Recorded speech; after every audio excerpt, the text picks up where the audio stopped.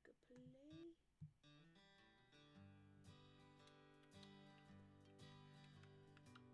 Get the chat on the screen.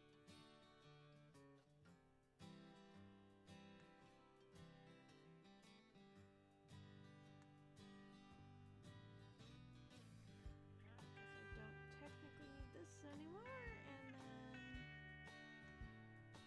this over here, maybe this over here.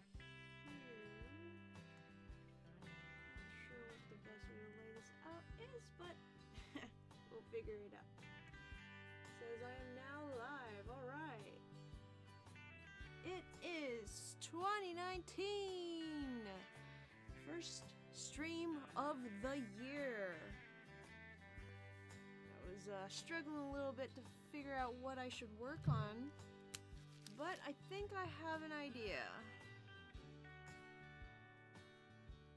Let's open up a new canvas here and get started.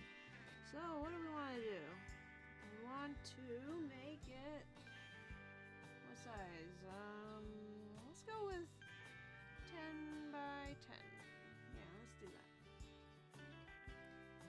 I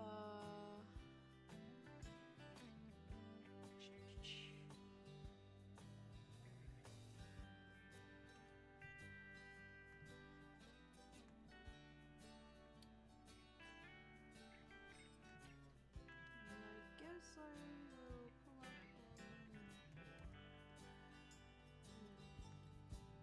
Well, I've drawn this boy so many times, I probably don't need any sort of reference, but it never hurts. Take a look.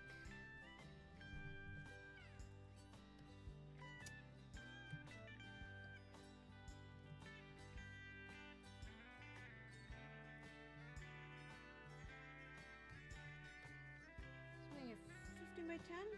That's a weird size. Why don't we just go full 11 by 17. Why not? Ooh, why did, oh, 17, not 107.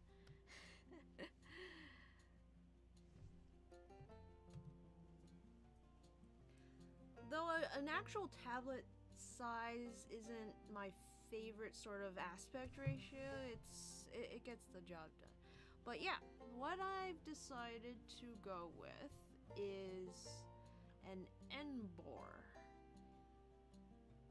Not just any Emboar, but our very own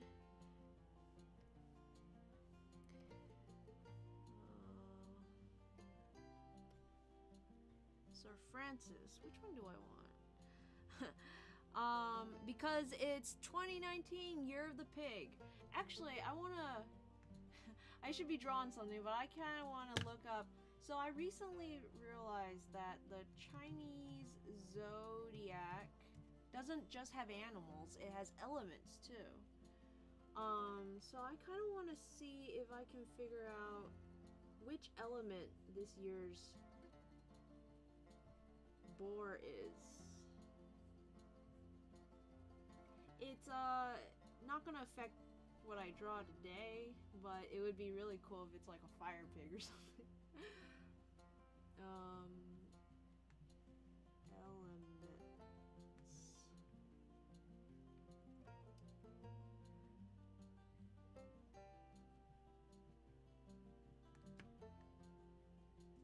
Because it goes, I think it's 12 animals, right? And those cycle through, but there's also 5 elements that also cycle. So let's see what cycle we are in now. Does it not say?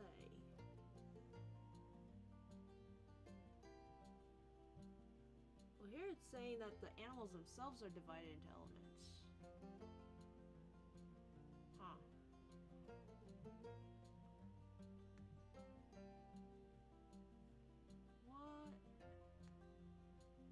What element is 2019? Water. Okay.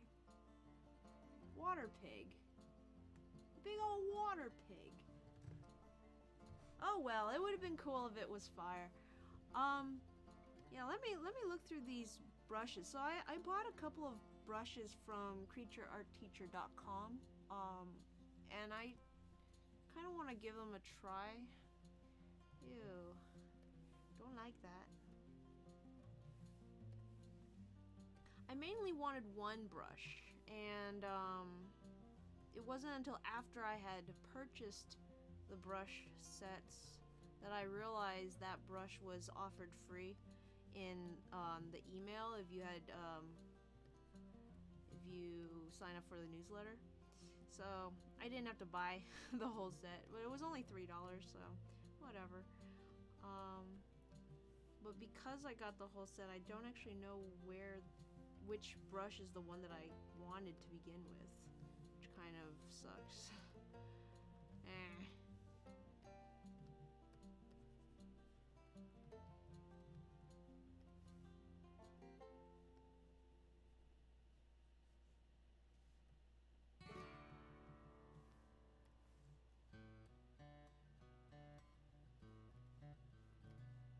Probably knows I have new music. Went through the royalty-free section of YouTube and pulled a bunch of song choices, and yeah, hopefully I won't get in any more trouble because of my music choice, but unfortunately that does mean no more fun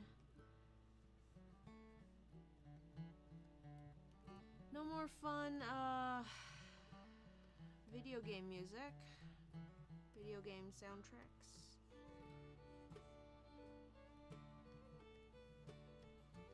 In another world, maybe. I don't like any of those brushes. It's gotta be in there somewhere. Maybe I moved it somewhere else. Well, either way, I suppose I should just pick one and get started. That's not part of that brush set.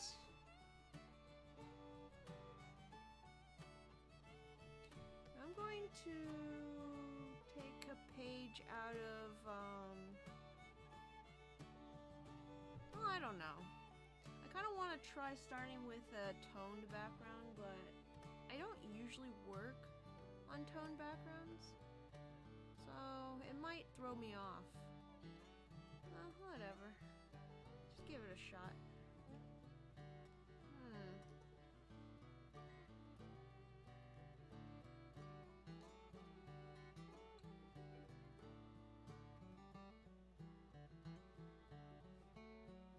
Well, let's just start by drawing a Sir Francis. Not doing anything in particular. I'll try to think of interesting poses while I'm going.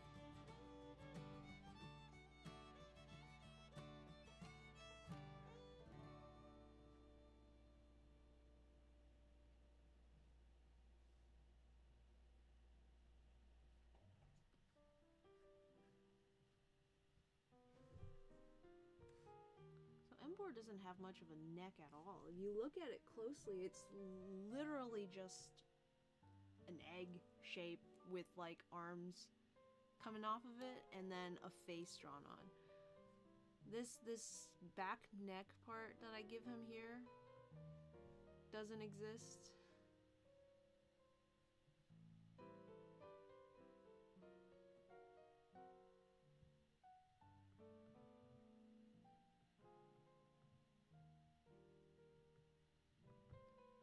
Just let him doing the generic pose first. Let me just round that out.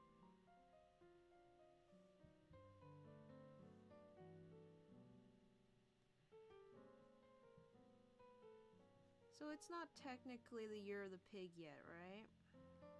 Since the Chinese zodiac follows the lunar calendar. So,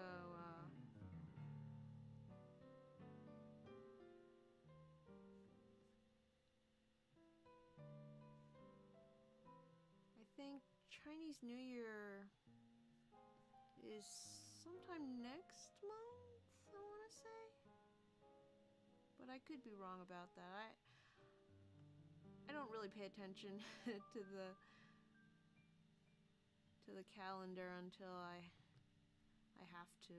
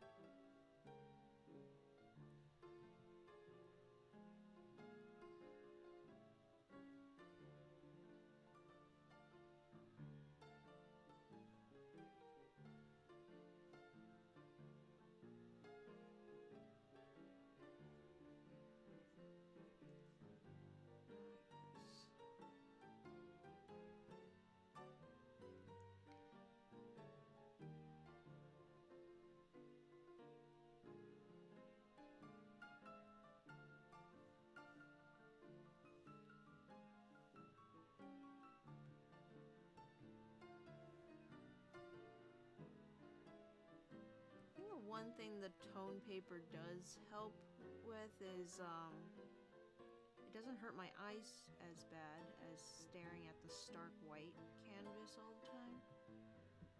But since I mostly work with cartoons, which are like black and white lines anyways, it doesn't really matter so much. Toning the paper is much more helpful when you're painting. It looks so silly without the beard. Okay, let's put the beard in.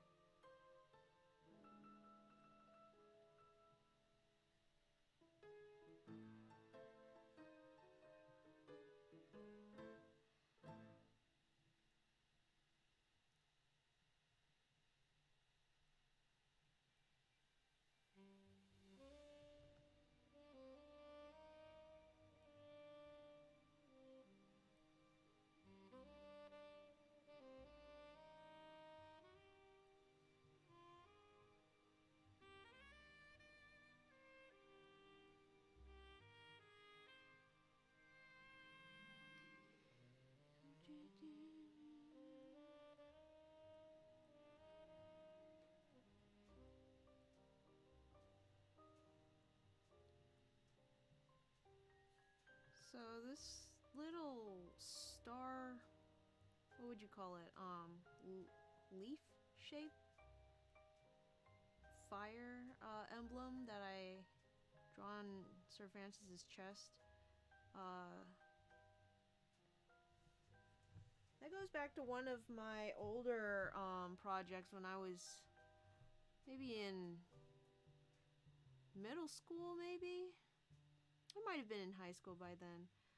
But I had this sort of fascination with elements and trying to classify how many elements there were. Because you know the Avatar, The Last Airbender, has 4. They say it's fire, water, air, and earth.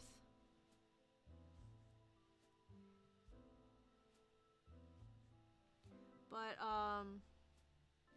in the Chinese zodiac, there's 5. They have the fire, water, earth, and air, but then they also add metal.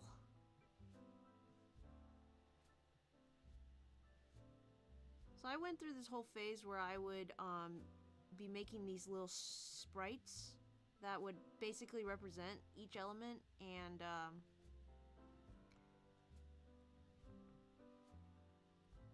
I'd be like figuring out which ones were sub-elements of which ones, like metal would be a subclass of earth and fire because you know, you melt or burn away the earth and what's left is metal. Stuff like that. I would design little creatures that were basically the embodiment of those elements.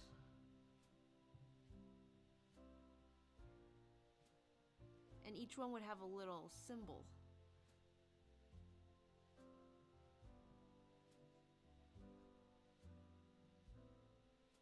So the symbol for fire was just like that. But I didn't come up with that either. I got that from a book that I used to read a lot called Firebringer. If you've ever read or watched, what's it called? Watership Down. Firebringer was basically just Watership Down, but with deer. And, I actually read Firebringer first, before I even knew what Watership Down was. So to me, I still have a soft spot for Firebringer. There's no sort of,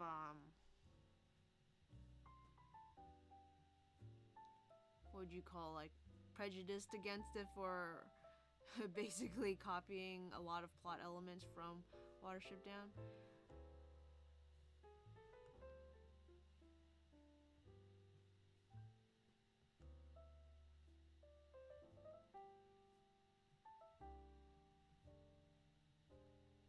Whee! It's a flying Sir Francis. But yeah, the main character in Firebringer was a deer that had this oak-shaped leaf on his head. Well, it wasn't an actual leaf, obviously. It was like a patch of fur in the shape of a leaf. But I always thought that was really cool, and I would put patterns like that on my characters. And I think oak leaves look kind of like this, right? So I just kind of construed that into this fire symbol now. Because if you look at it, it doesn't really look like a fire. But I think these are supposed to be like flames. And then the middle is like the yellow part that burns hotter.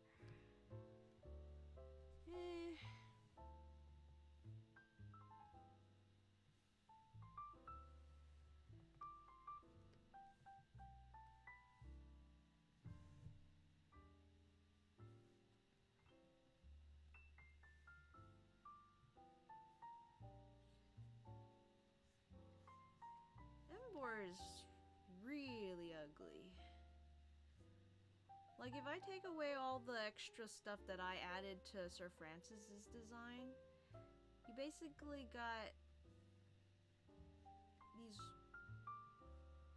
weird eyebrows that come up like that, big bald head, and the eyebrows like connect in the middle, and then something like that.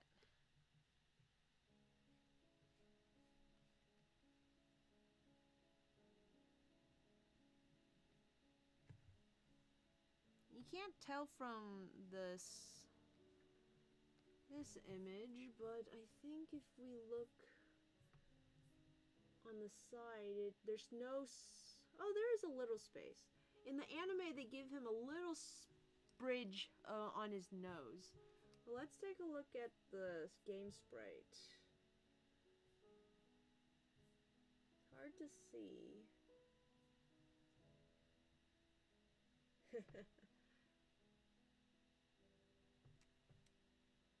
He does have a bit of a neck. I will say, on the back there, he does have some neck area. He did a lot in that.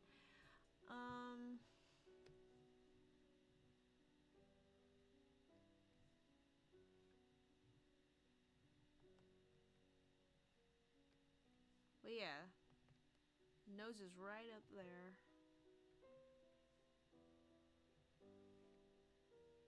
And then it's just the mouth. And then teeth.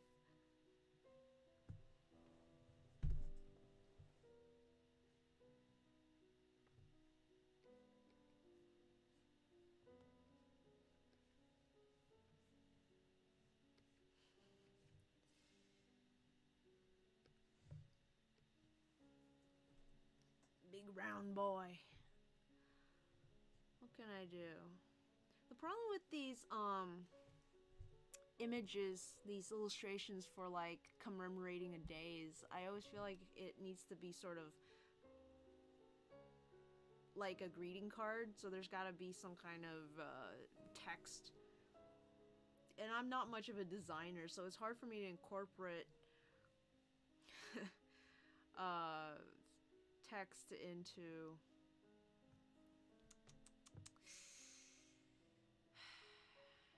an illustration.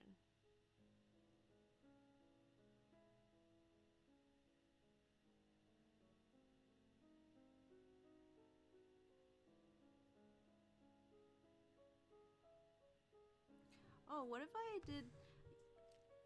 If any of you have seen or like read Yotsuba and there's one image on the back of one of the covers where it's like these three characters. It's, I think, Yotsuba, who's a tiny little girl, her dad, who's an average-sized Japanese man, and their friend, who's like a giant, and they're all just like posed in these funny poses, like a Russian nesting doll. They're going from small to big, so maybe I'll do something like that.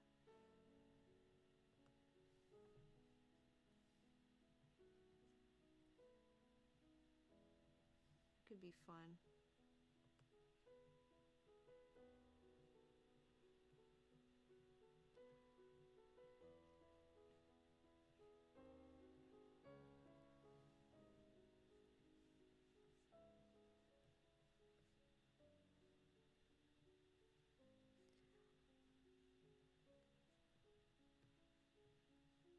I like to make Sir Francis's legs really, really, really stout.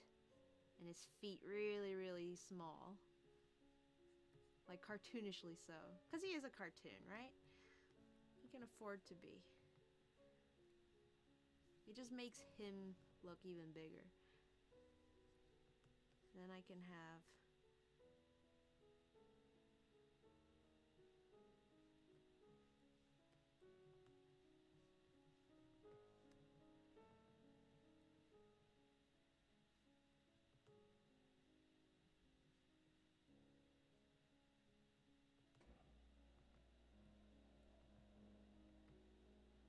You should be this leg.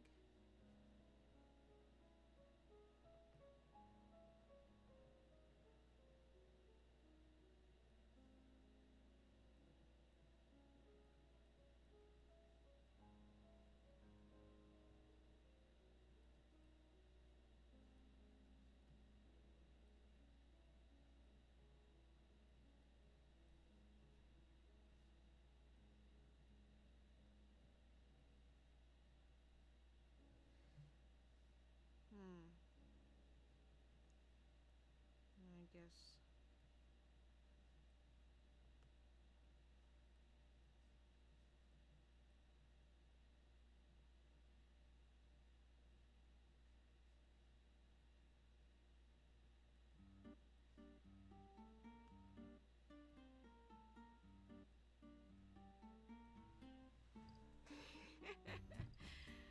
That's one idea. Let me keep thinking. Since it is year of the Emboar, maybe I can have Sir Francis really big in the middle. Right?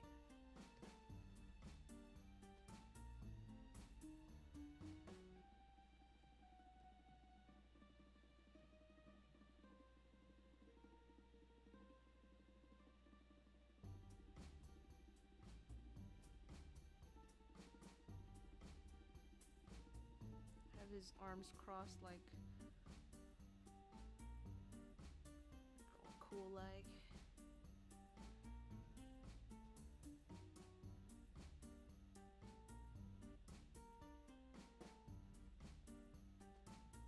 It isn't easy to make animals cross their arms, because then it looks kind of weird if you're not careful. Something like that.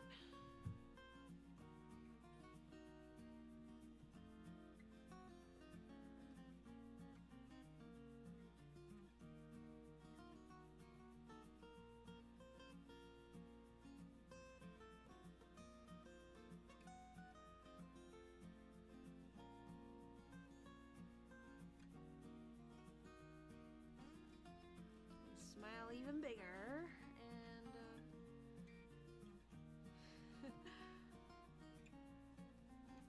he's not quite that fat. He's more buff than anything.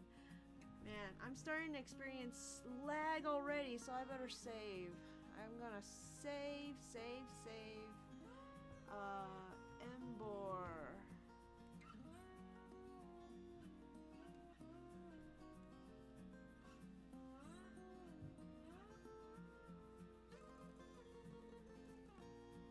He's more top heavy, I think. Well, no, he's just a big old barrel. But he's certainly not fat.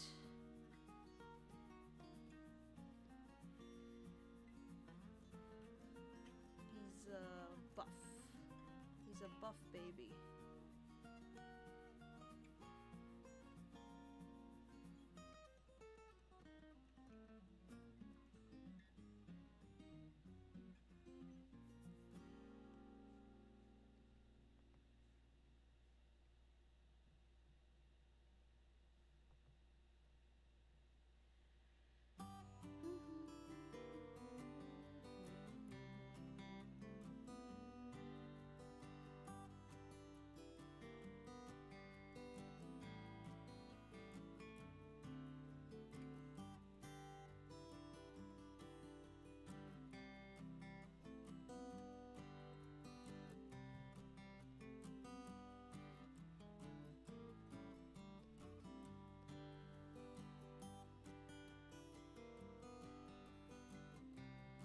See if I can move these up a bit.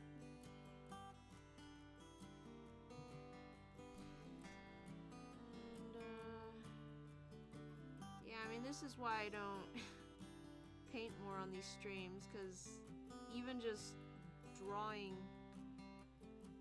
and trying to erase lines is causing my computer to lag.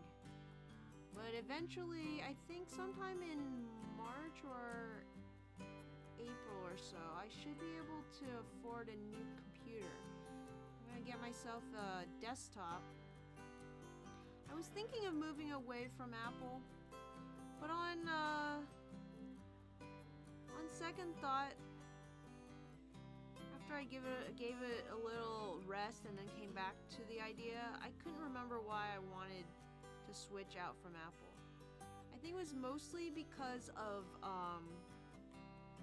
the streaming. Like Apple doesn't do well with game streaming. There's a lot of things it doesn't support, and like emulators don't work well, and the sound doesn't work well.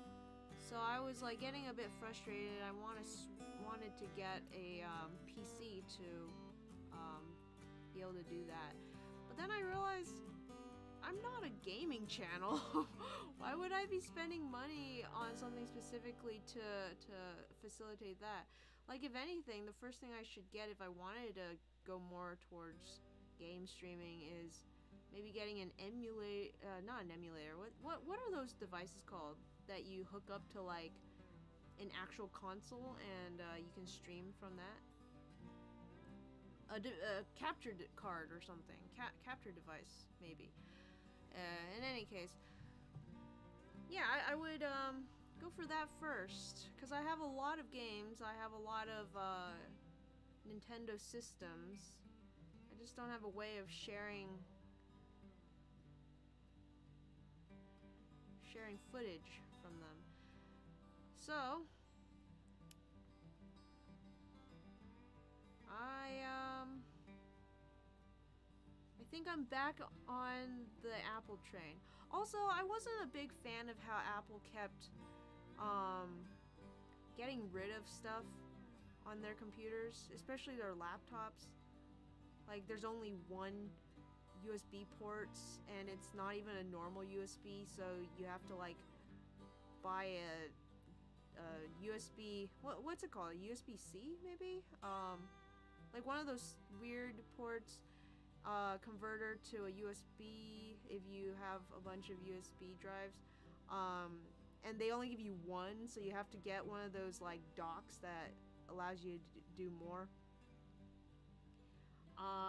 It's just each of those accessories costs like $100, so it seemed a little greedy, and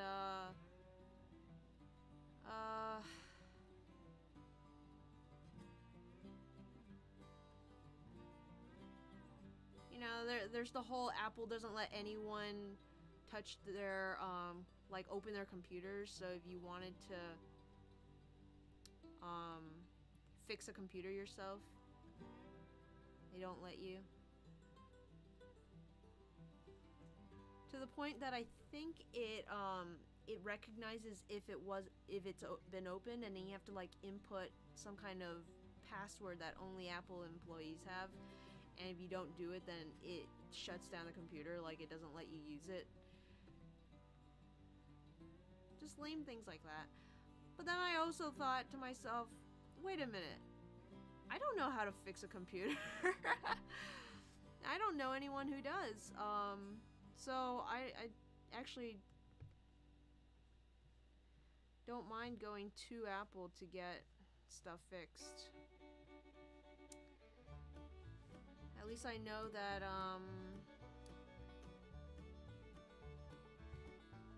if they're the only ones touching it, then you know, it's their product. You gotta be able to fix it properly, right?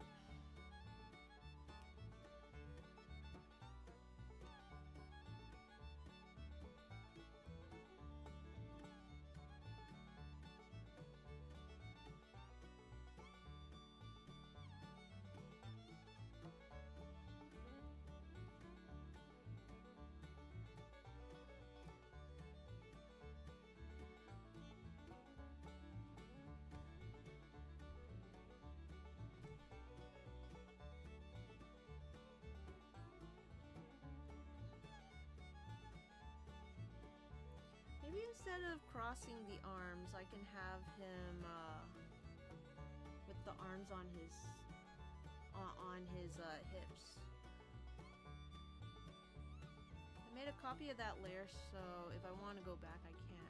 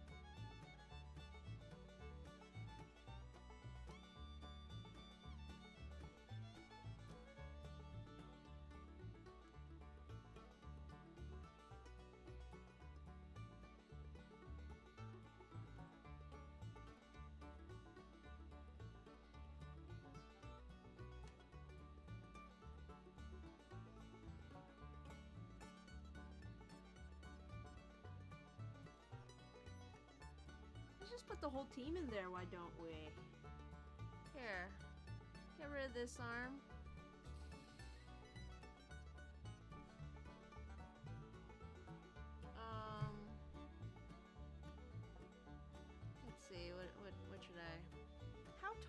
is how tall is Jet? Sir Francis is a little taller than most Emboar, but let me see. I need to have a. I should have a reference there somewhere.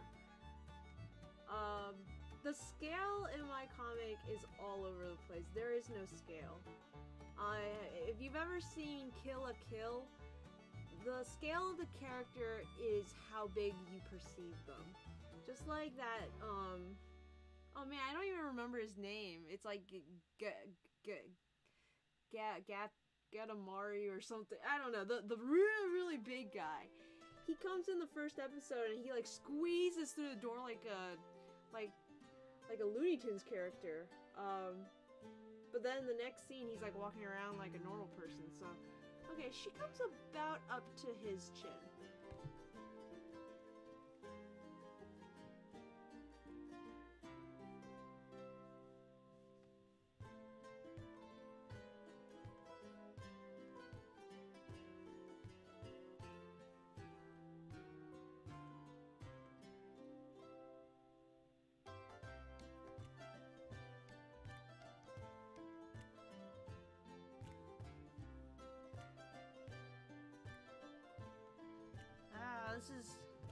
This is annoying.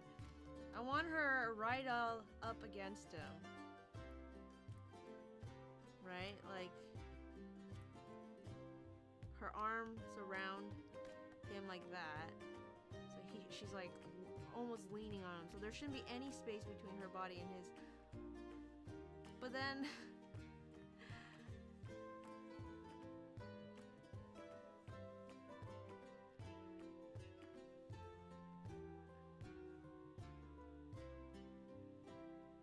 something like that.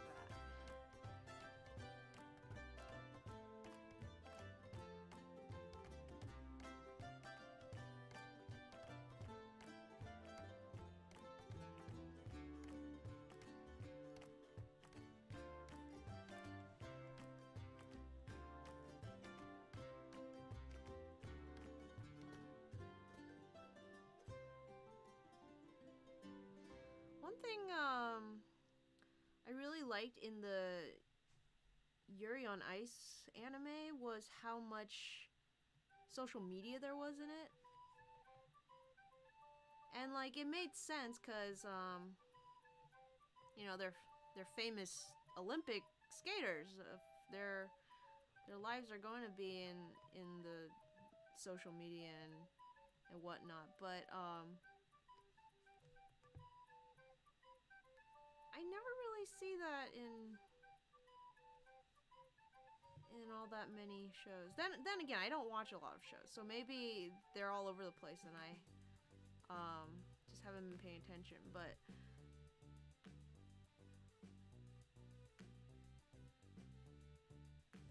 sometimes I want to incorporate that more into the comic.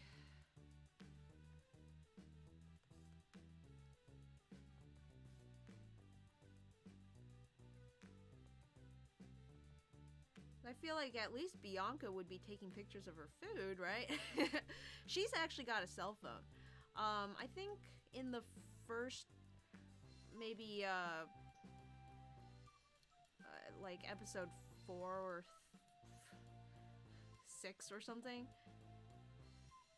No, it wasn't that early. I think it was like episode, I want to say 7, 8, maybe 8 or 9. Let's say 8. Episode 8 or 9, Jet's like talking to her mom on the phone. Her mom's on this old payphone. Not payphone. Why did I say payphone? Well, what are those things called? The landline phones. The ones that you would have in the home back in the day that had a wire. And it was like, you know, stuck to the wall or something. Her mom was on one of those. But then Jet was like on some kind of Apple Watch device.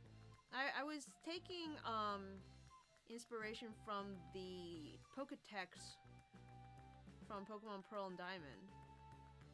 Because I'm pretty sure those ones were like a phone device, but it was... Oh, in Pokemon Black and White, they have the X transceiver. I'm not sure if the X transceiver was in the watch, like if it was a device that they wore, but yeah, I had her using one of those, so I don't know if she just doesn't have a phone. Maybe she doesn't have a smartphone. Maybe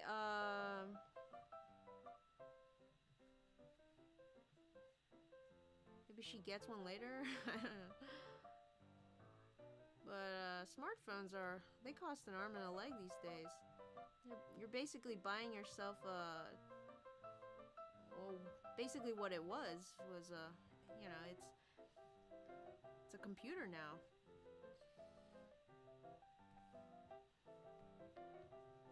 It's just kind of ridiculous though with the price, cause like I think there was an article that I read that was trying to explain why the phones were so expensive, and they're like, well, it's now replacing a lot of your other devices, so you don't need a camera, and you don't need a something. They mentioned a couple of other devices. I couldn't think of them, but it's like, yeah, but it's been doing that. You can't say like that's the reason. I'll understand if you think it needs to cost more now. And maybe they were referring to how good the cameras are now. Like, you don't have to buy your $300 camera because it's replacing that. I have a hard time believing that a phone camera could ever replace an actual camera. But maybe that's me living in the past. But hey, if they're saying it now replaces your actual camera, like $300 professional Canon Nikon camera, then okay. If that's why it needs to now cost like $500 to $700 for a phone, maybe. But they didn't say it like that. They just said, you don't need to have a camera anymore because your phone is a camera. It's like, yeah, but that's how it's been for a while. And you know,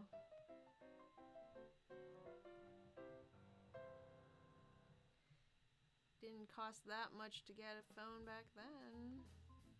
At least I'm pretty sure.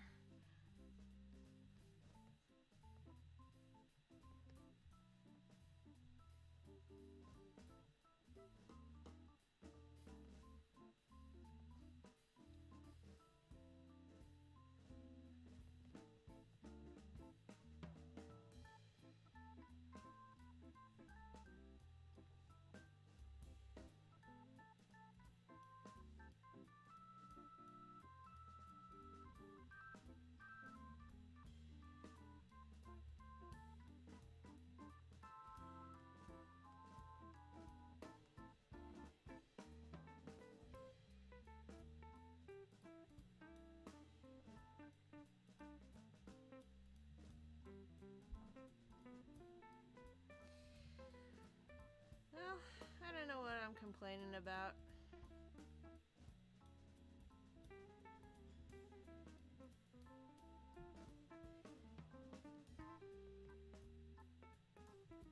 I'll probably be dropping the money on a new phone someday anyways. My old phone's camera is really bad. And I'd like something that I can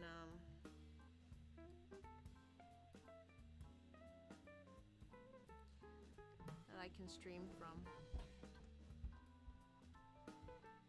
Now at this point I wonder, like, the phone itself works fine, so should I still just buy a new camera? $300 camera, or I don't actually know how much the new iPhone costs. Is it like $700?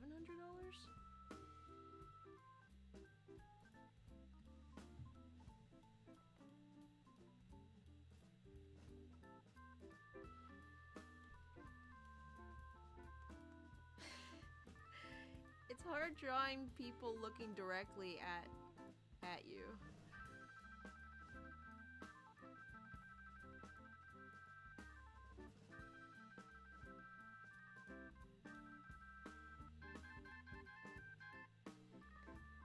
pretty happy though, cause right now I'm just coming out of winter break, and I was able to get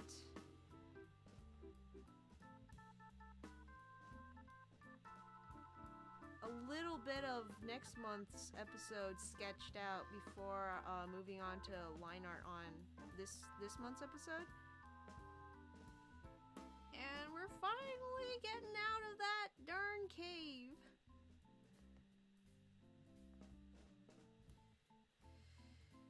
Oh boy, Twist Mountain has gone on way too long. Way longer than I expected it to.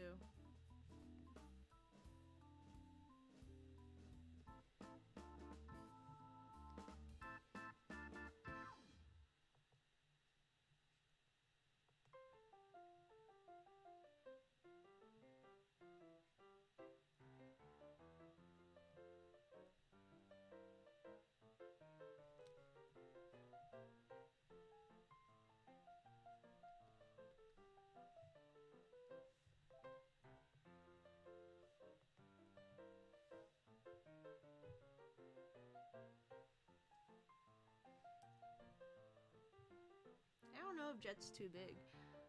Let me see if shrinking her head a bit would make it look a little more natural.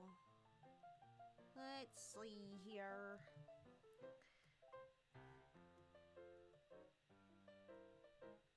Just a little.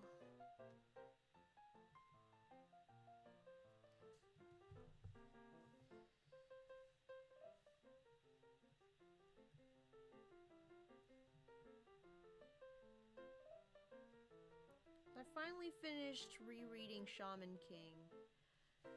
And oh boy. I think I'm gonna take it off my my list of book series that I have to own someday, cause yeah, I definitely remembered that series a lot better than it actually was. But it was still really great rereading it.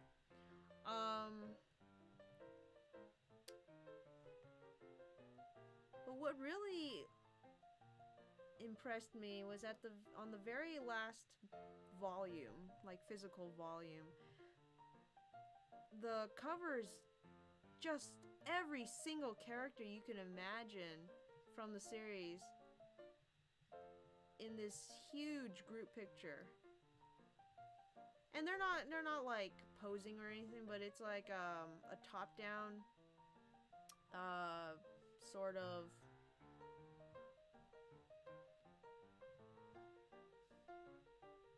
like no man's land, sort of not in a real location type deal where it's just a bunch of characters. But I still love those images. I would want a picture of that on my wall. It's like drawing characters that are as designed as those characters are. Because those characters, they've got, like, some of them have got more belts and buckles than a Final Fantasy character, I gotta say.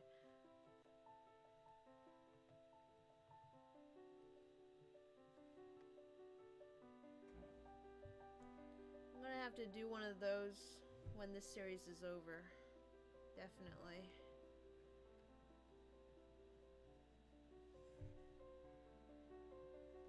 Just a huge picture of everyone. The hardest part is always just making sure everyone's to scale. If I start a new series after this, I'm definitely gonna have to have a character chart.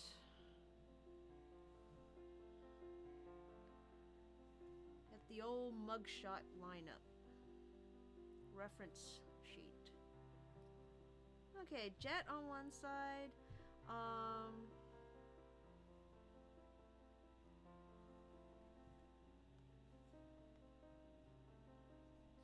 July on the other.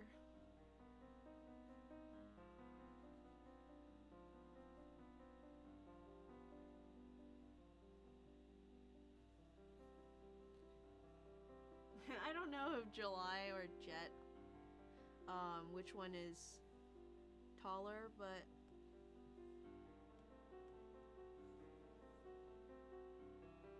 I'll have July slightly leaning over. So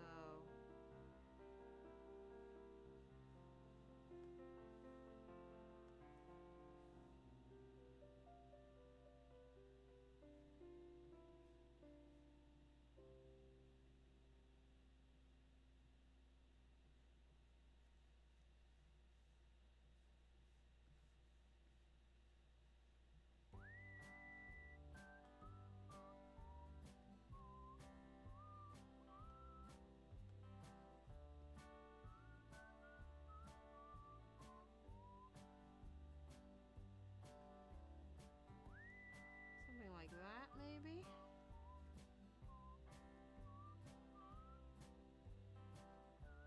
Giving him a big ol' hug.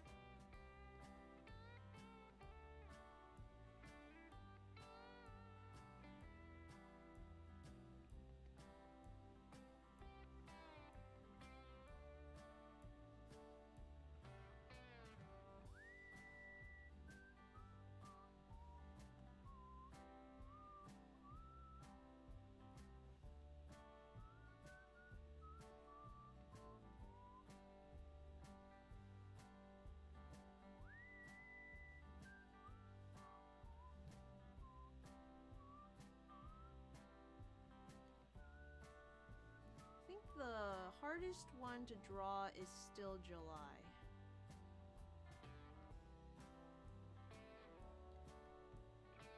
I thought for sure Emboar would be the hardest, but he just ends up being the most annoying to draw because there's so much going on, especially that flame beard.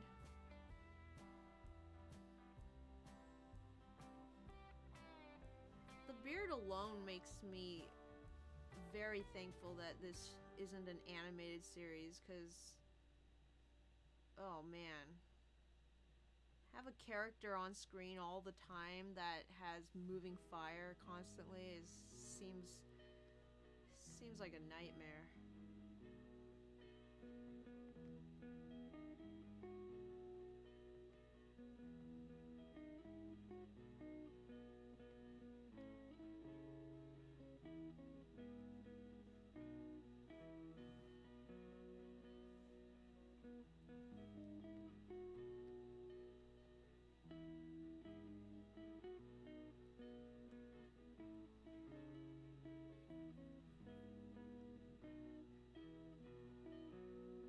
Maybe her tail can be curling like that.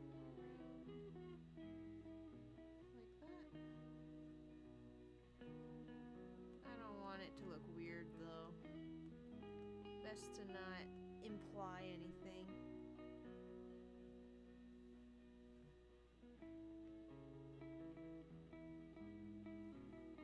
That maybe?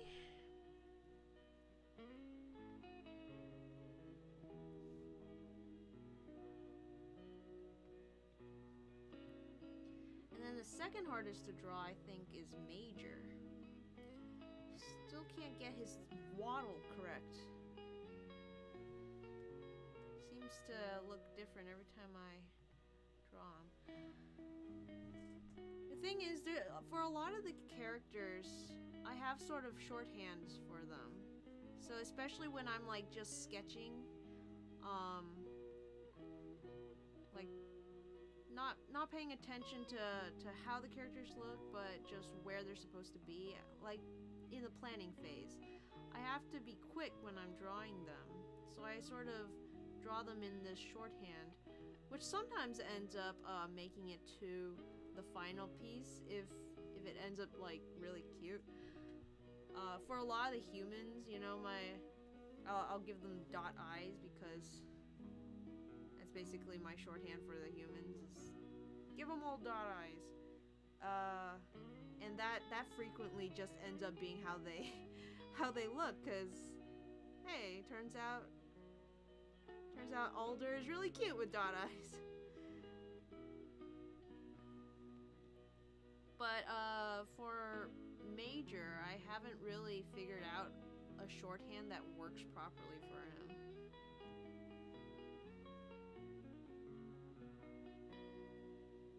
It's just not.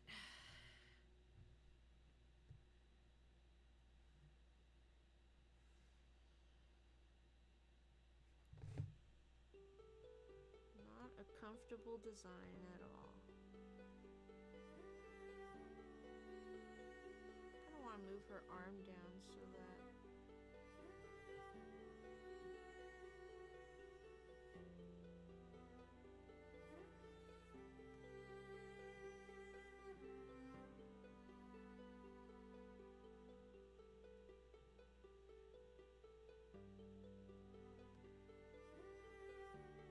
He's friend-shaped.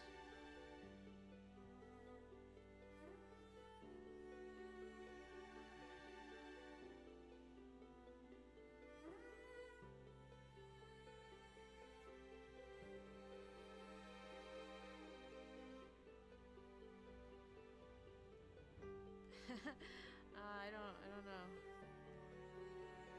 I'm trying to get that Totoro cling, you know?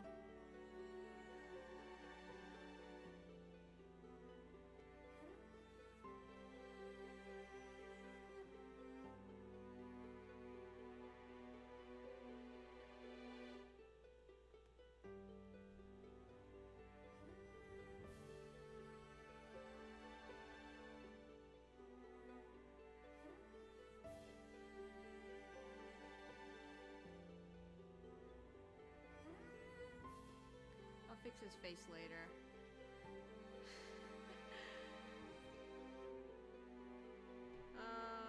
Okay, little dog, check.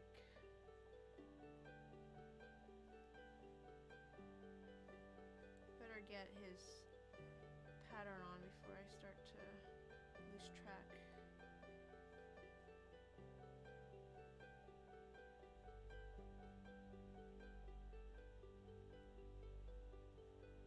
Year of the Bacon.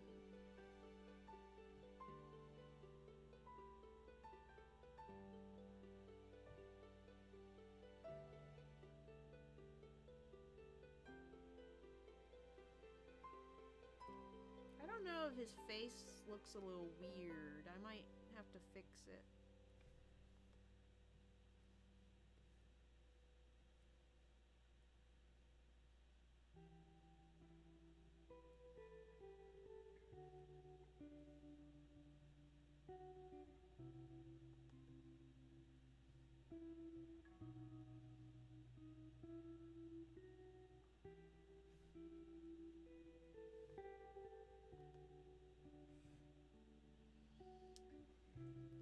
Just to make him look a little more like Sir Francis. Right now, he just looks like some random other pig.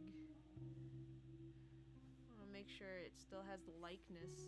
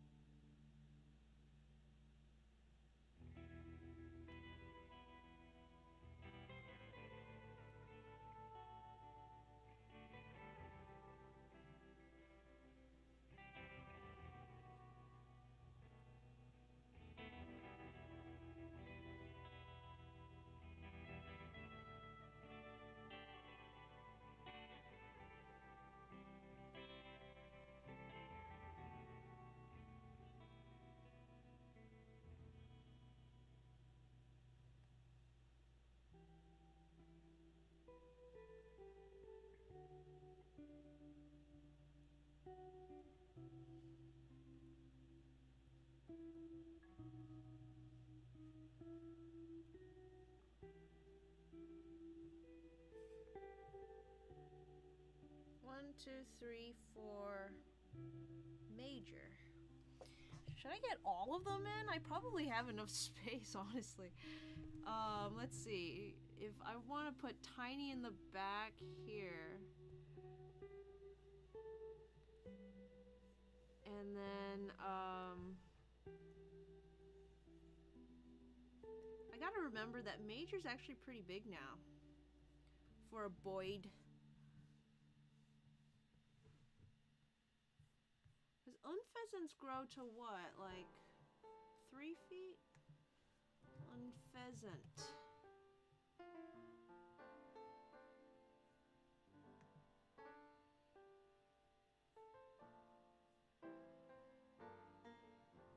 Almost 4 feet. Let me think. 3 feet is 36 inches. Plus another 12. Is that like... Yeah, that's really tall for a bird. It's probably up here somewhere, honestly. That's basically a dinosaur.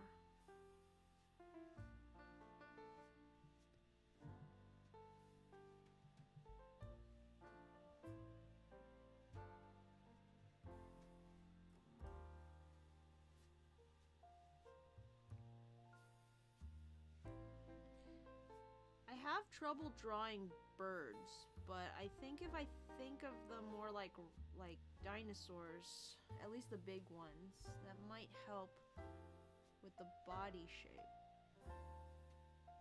Uh-oh.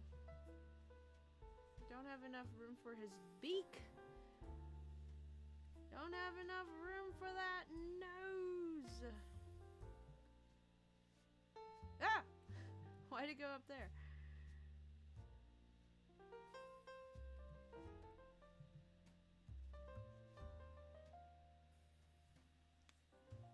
Alright. Yeah, so like, that's all the easy part.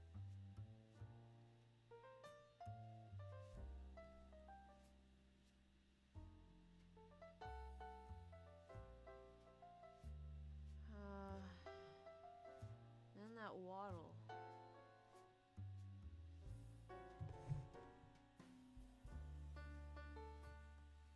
Let's get his eye in first. Because he don't care.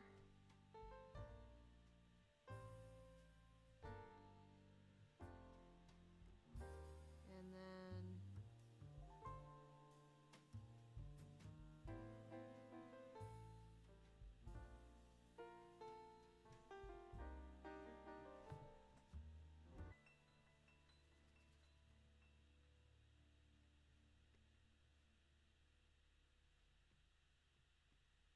his green pants.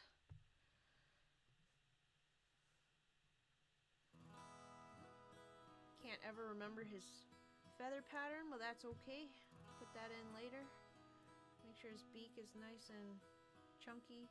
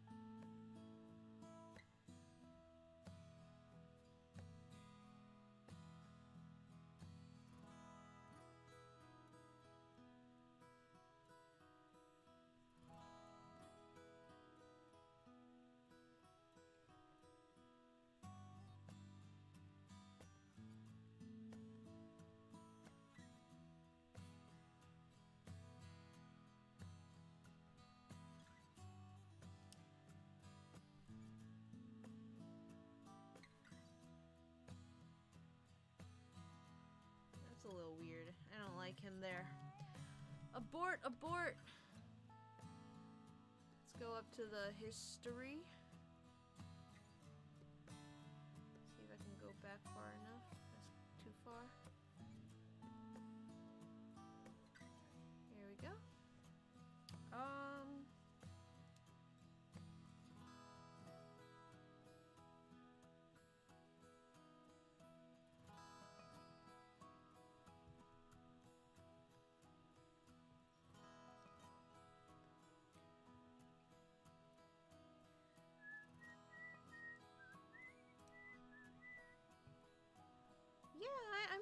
I'm surprised because a lot of people actually like Tiny. Let me throw him in here too. Why don't we throw much thought? I don't think I even planned to bring him back in the comic, back when I was playing at first.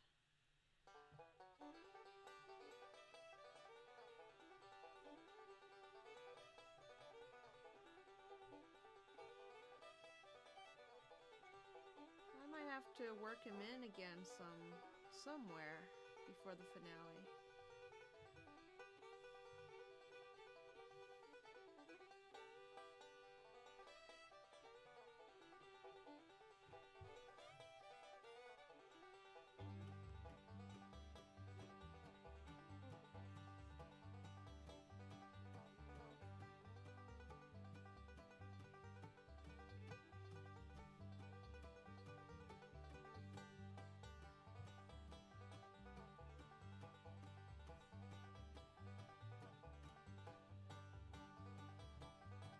Something like that.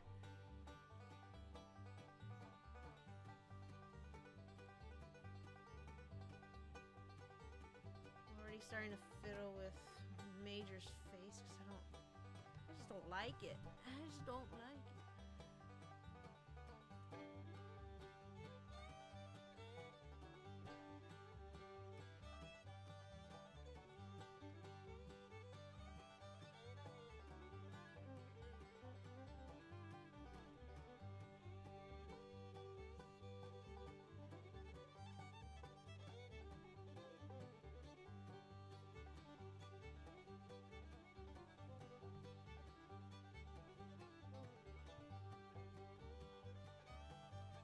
Carl K. Krinkelstein.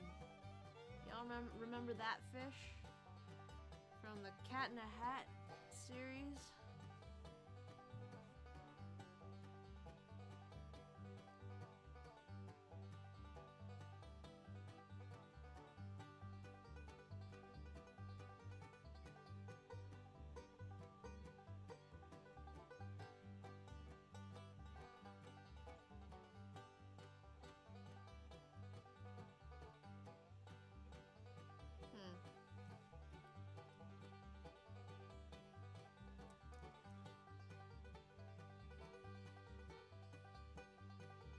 One, two, three, four, five, six. What am I missing?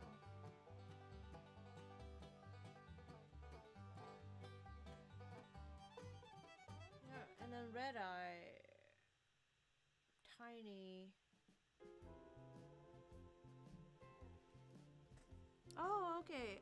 Ruby can be holding him.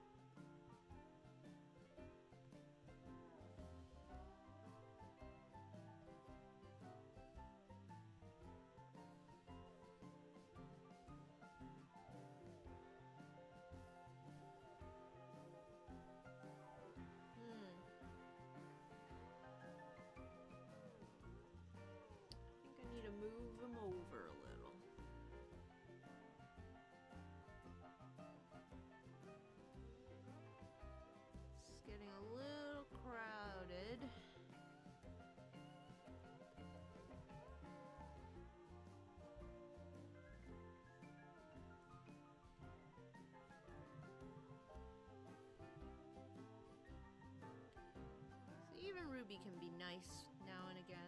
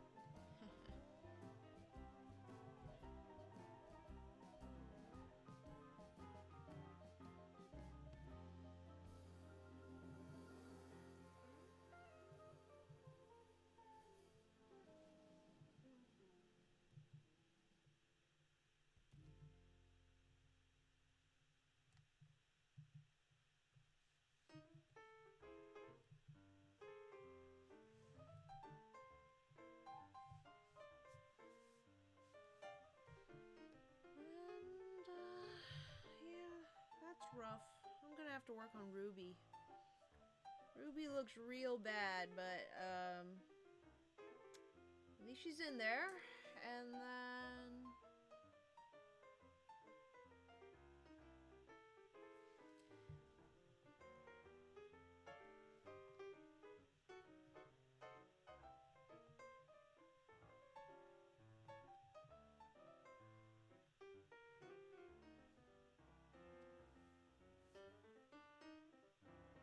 is that everyone?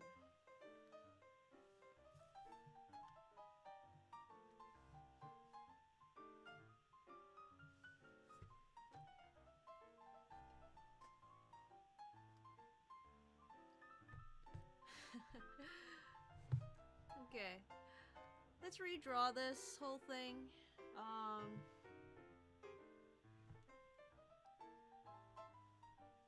Let's see if we can make it a little more appealing.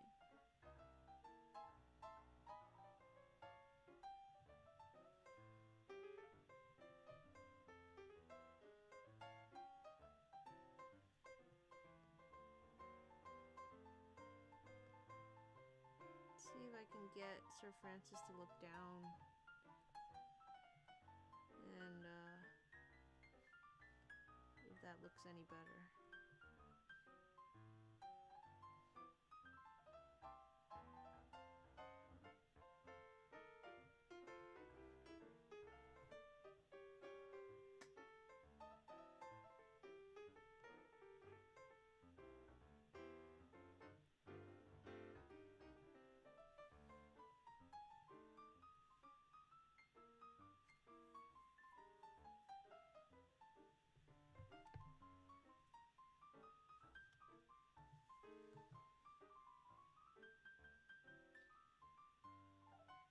Hi, Leonard Omapache. First time viewer. Welcome to the show.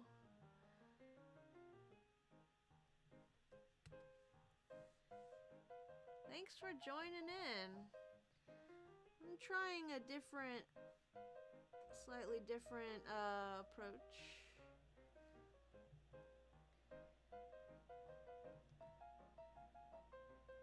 Might not like it, might just go back to what I had before, but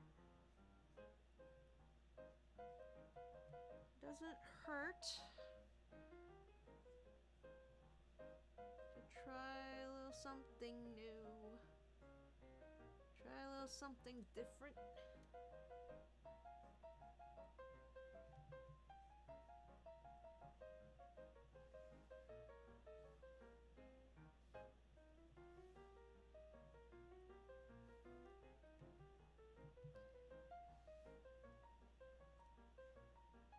Hello, Tails! Welcome to the stream! Don't worry about being late. There's no being late at these things, because we just Go and go and the party don't stop.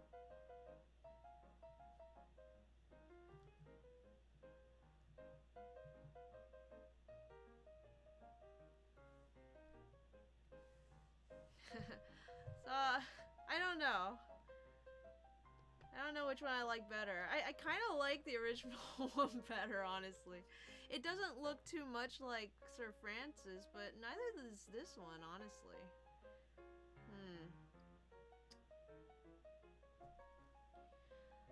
Oh no, am I too quiet? Let me bring my mic closer. Maybe that'll help. And maybe if I move this up a bit, that'll make it da da da da da da da da. How's that?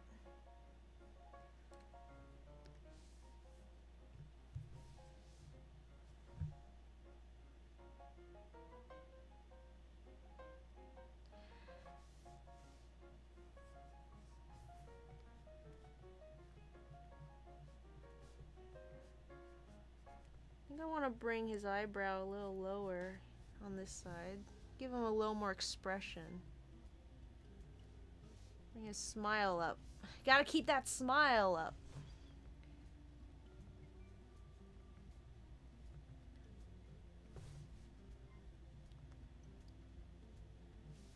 I think something that I definitely went back and forth on is whether or not the tusks came out of his top jaw or his bottom jaw.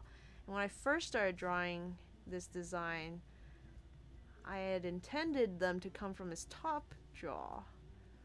But I believe after looking at the original art, it seems they come from his bottom, so I switched them over. I made a quick switcheroo before anyone could notice.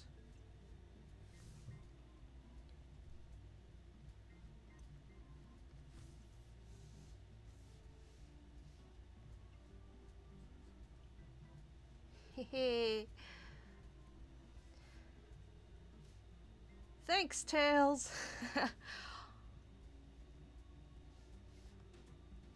Always there to make sure the show's running smoothly.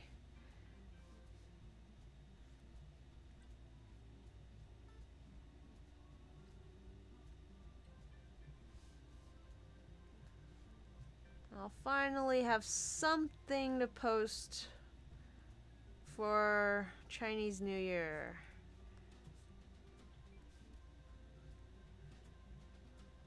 So this went from a let's draw Sir Francis for the Year of the Pig to let's just draw everyone. And what I thought would be like a half an hour to a 1 hour drawing ended up being, it's probably gonna take the whole stream, which I'm not complaining.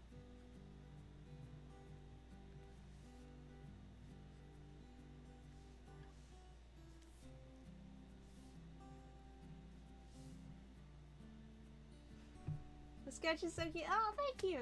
Gotta help each other out. Yeah, baby.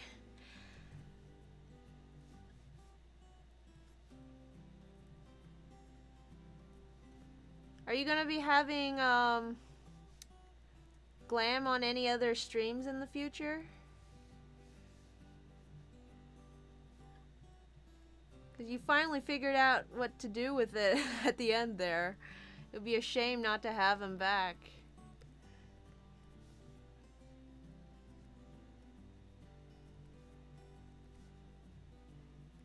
If y'all didn't know, Tails does gaming streams on Twitch every Saturday. They're a lot of fun. She's got a whole entourage and they all play games together.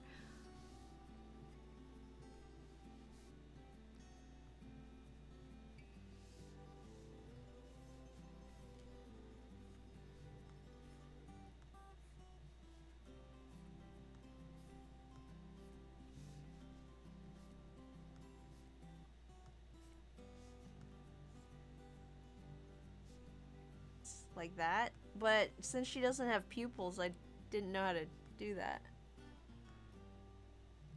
Something like that, maybe? Like I can... But then that looks weird. So I just had her close her eyes.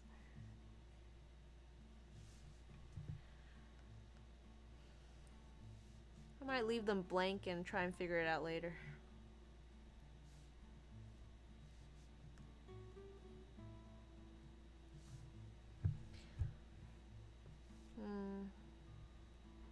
I don't have to retrace everything because I can just sort of do that when I do the line art, but I do want to maybe give Sir Francis a little more movement in his legs down here.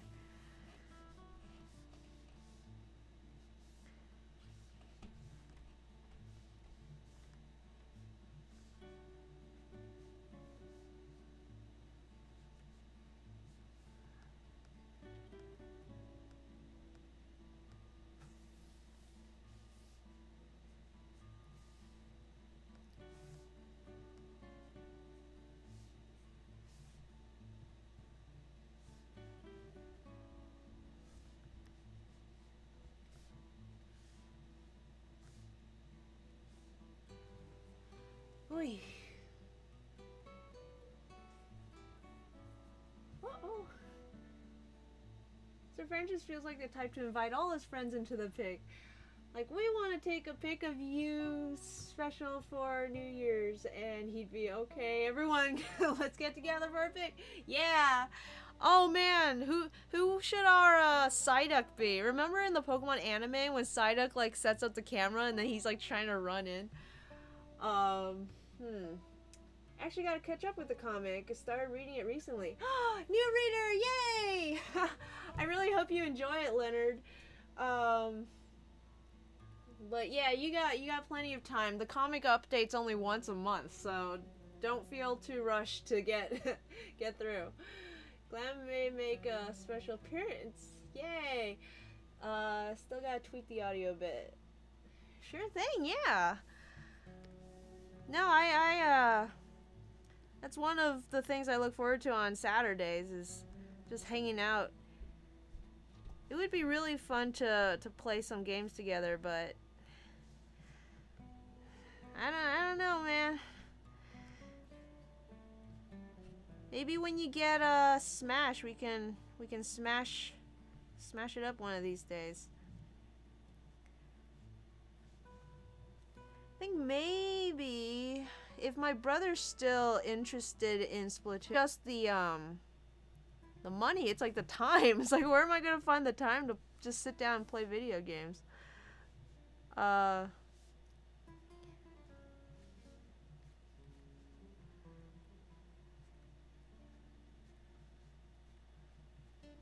I guess you make time, right? You make time for the things you want to do, things you care about.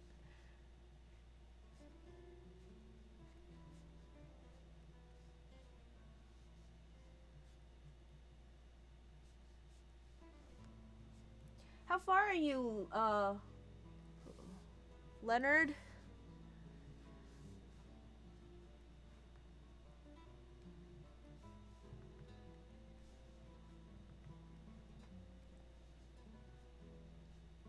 I actually recently started uploading,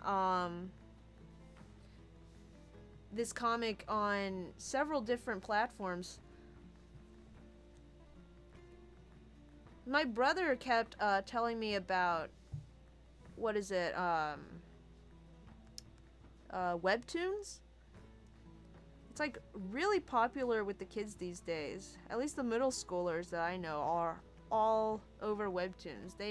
Basic's based on video games and especially her Smash Brothers sort of universe that she's created. They're a lot of fun. But she doesn't post on webtoons, so he just doesn't read it. And I'm like, it's really funny, I swear.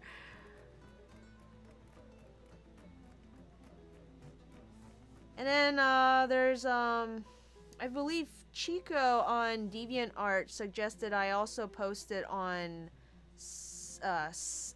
what's it called? Smack Jeeves? something like that. Which, I suddenly realized, like, pretty much all the Nuzlocke artists that I follow, all the comics that I follow, are on Smack Jeeves. So that must be, like, the favorite platform for that. So I'm in good company there. Decided to jump on that. And then the last one was Taptastic. Which I don't actually know anything about. But people keep saying Taptastic in the same breath as Webtoons and Smack Jeeves, so we'll see which one people tend to favor. So far, I only have the episode 0 up, the preview one. I'm planning to post one episode a week, and since I have 78 episodes, it should be about a year, I think, before I run out, which is good. And then by then I've made some more. So yeah, I think the rest of Jet looks fine. I'm going to work on Little Dog. He looks a bit rough. Whoosh.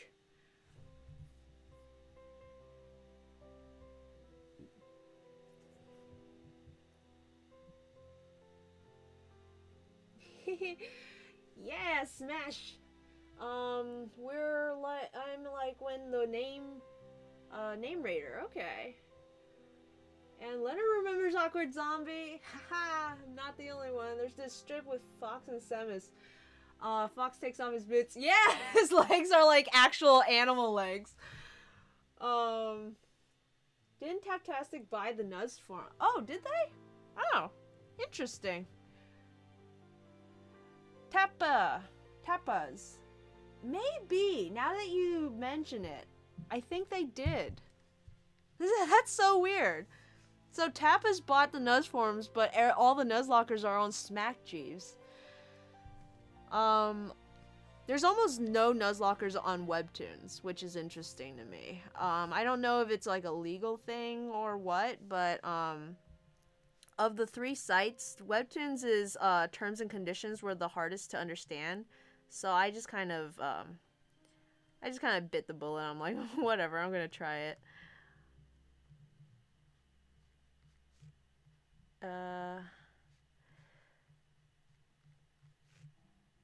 Yeah, so far, Webtoons is the worst one to post on.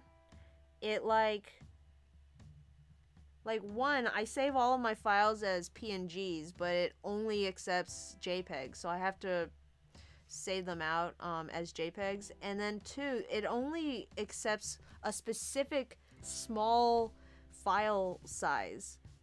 So with all of my episodes, since they're like really long, I have to cut them into multiple pieces and upload them that way.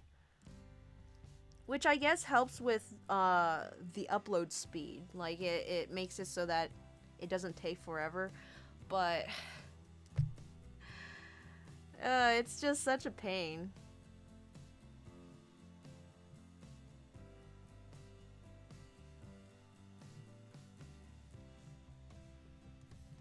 I wonder if it'll let me rotate.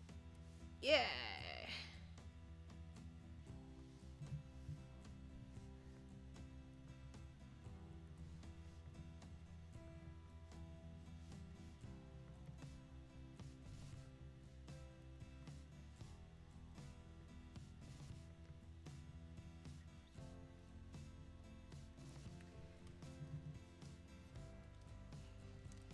It's been a while since the Name Raider. I probably should have gone back to take a look at him. Right now in the comic where I am, and this isn't much of a spoiler, but there's this new character that shows up and he's a hiker. And now I'm kind of worried. I probably should have gone back to look at the Name Raider to make sure they don't look too much the same. Because they both have the big beard sort of thing going.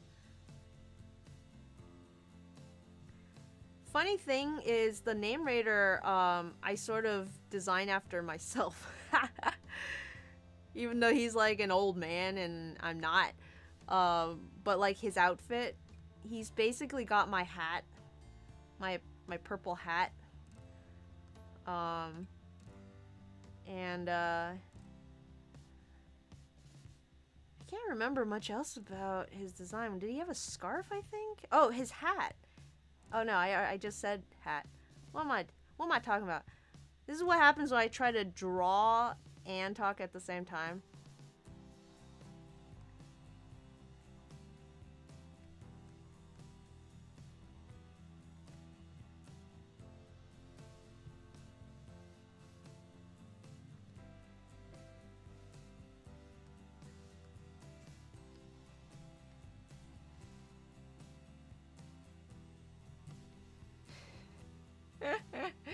Let's see if that looks okay or if I should change it. Oh, that's so weird. I'm gonna redraw this whole thing.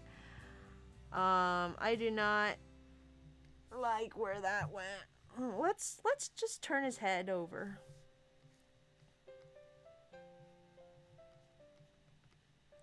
Let's just turn his head this way.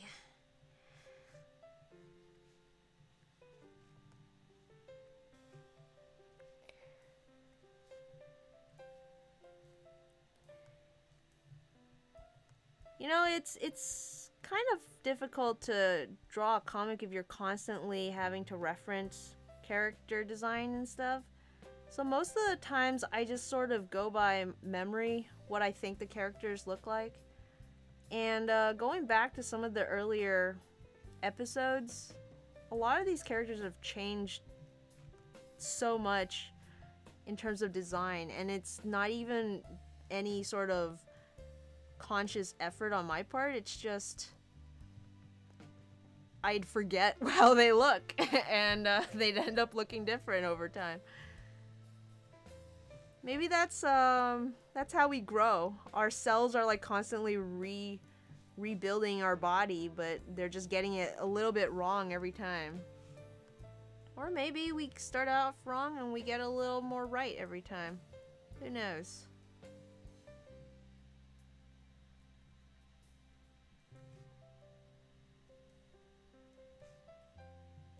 But I think like over time, sometimes Little Dog will have brown paws and sometimes he'll have black paws. And there's just no rhyme or reason to it.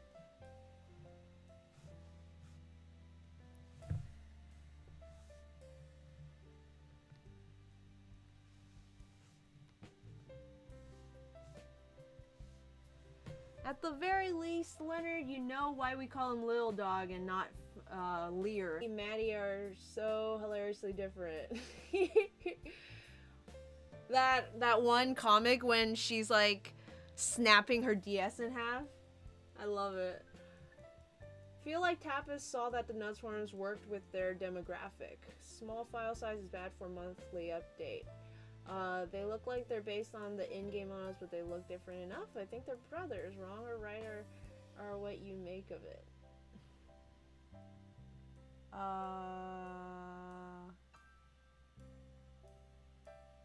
You mean like Little Dog and Fire Dog, or?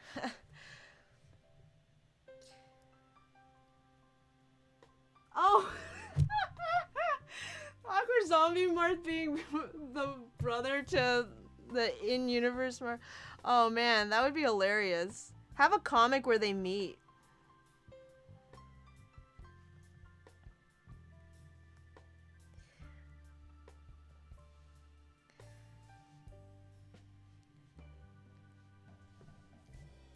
I was so excited when Smash Ultimate came out, mostly because I knew there was gonna be more Awkward Zombie content about it. I've been like starved of Awkward Zombie Smash content, and finally they bless us with a new game. Let's see, who else do I need to work a little more on?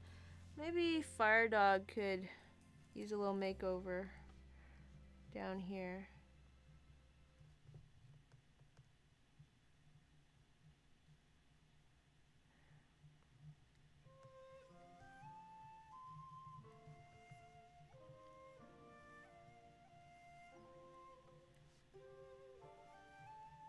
it feels kind of weird posting on these new platforms though, like drip feeding some content that is already out and available online. I had actually considered just like batch posting all of them at once, but one, it would take way too long, and two, I think it's too intimidating to try and read an entire series all at once like that. But if you're kind of slow fed little portions of it every week, it's a little more manageable. Especially for kids if they're like, you know, waiting for the bus or whatnot.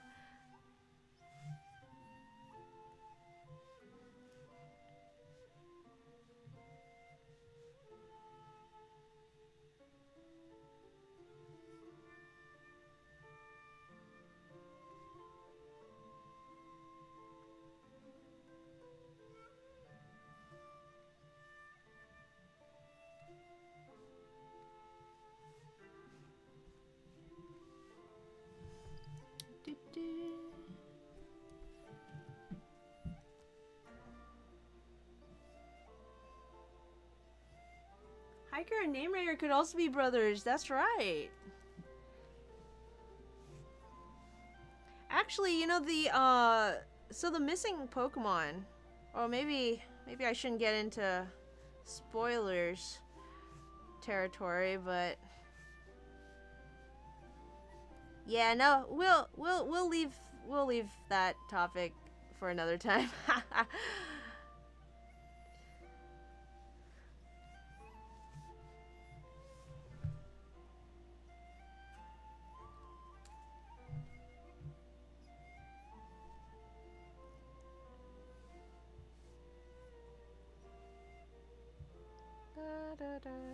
I don't know what's going on with DeviantArt, but it's been resizing my my Nuzlocke episodes a little weird.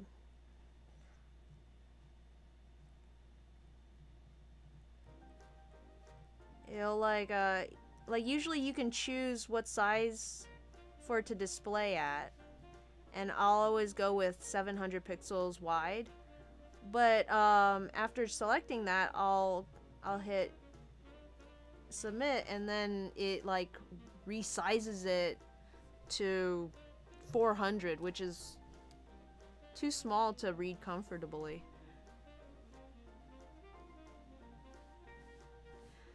I think I want to move her head this way.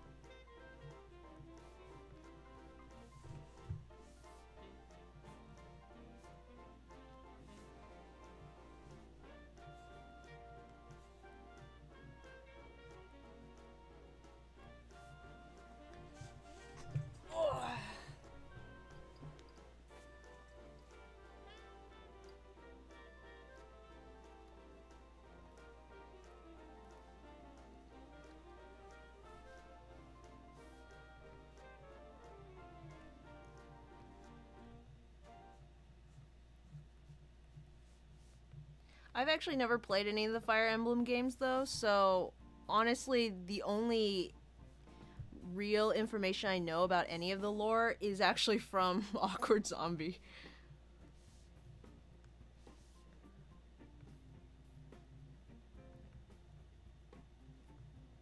Like, without knowing any better, if I just played Smash, I would think that, you know, Ike and Roy and Marth are all like just buddies or whatever, but according to her, apparently they're generations apart.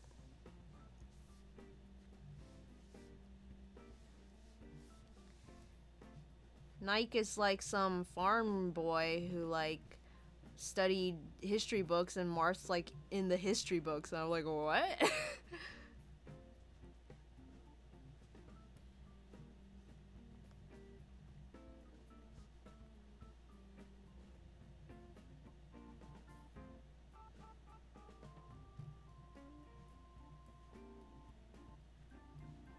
Y'all ever play any Fire Emblem? Never played Fire Emblem games either, but Marthy is by far my favorite princess in Smash Bros. Oh, I miss his Japanese voice. His like weird sort of sound when he like hits you with his sword. Like, I never played any of the Fire Emblem characters in Smash. I'm just not much of a sword character. Like, I'm not too into the human characters. So to me, like, I'm basically classifying them as there's Marth, and then there's Roy, who's like a shorter red Marth, and then there's Ike, who's just the English Marth, because Marth was the Japanese one. But now they're both they both speak English. How am I supposed to tell them apart?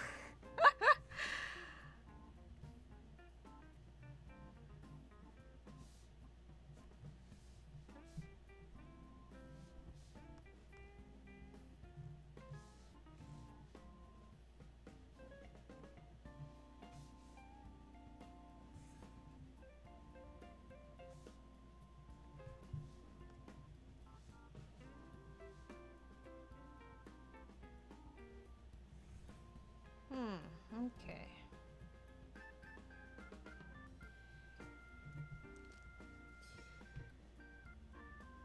Nyx likes a Fire Emblem. Ike is large and Marth is small. But Marth isn't as small as Red Marth. Roy! Since Marth isn't as small as Roy and he's not as big as Ike, he becomes the standard, you know? Because he's right in the middle. So he's the default. Oh, and then there's like Girl Marth. Lucina. Lucinda? Is it Lucinda or Lucina? I don't know. And I think there's like some dragon kid. Is Robin from the same game? There's too many anime characters. How am I supposed to keep track of them all?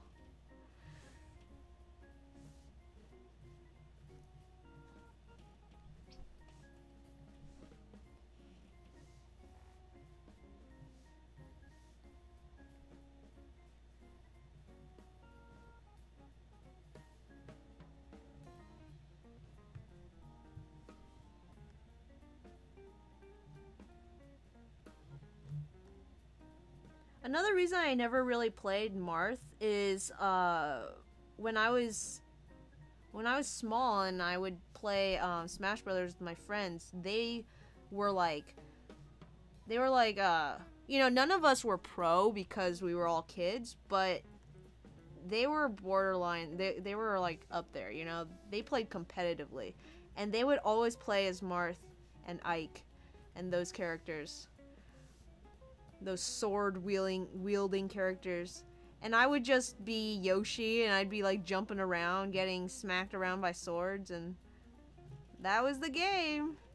So I just kind of had bad associations with the sword characters. Like, no fair, guys. I thought they had an unfair advantage because they had the long reach, but I think they were just better than me. They knew how to dodge. I don't know how to use the dodge button. I'm either not dodging or I'm thinking about dodging and just dodging randomly.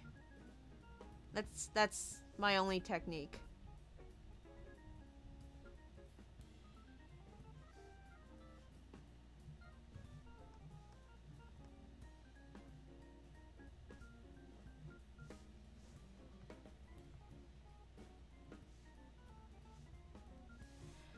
I feel like Major isn't looking too sharp. I kind of want to do something else with him.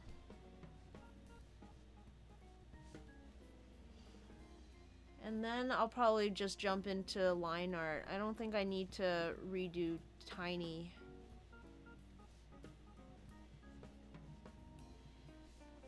I wish I knew more about Chinese New Year so I could like add some more stuff, but despite my heritage,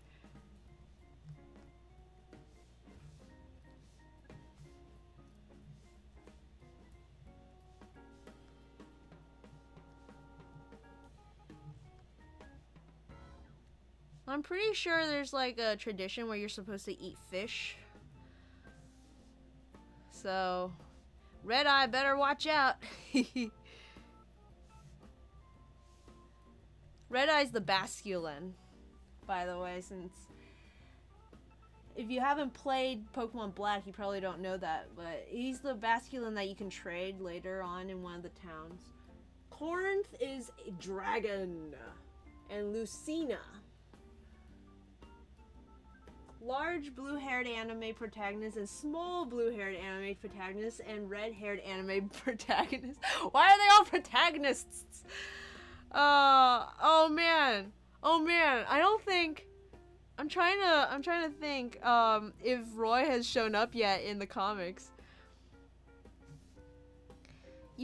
Have you caught up with Awkward Zombies comics right now? Because she started posting again with the new Smash stuff, and man, her links are so funny. There's just, she has her own sort of lore and universe. You've got the games, and then you've got her characters, and I prefer her characters 100% to anything those games could offer me. I don't know what to do with Major. I think... I'm gonna try to tilt his head a little bit.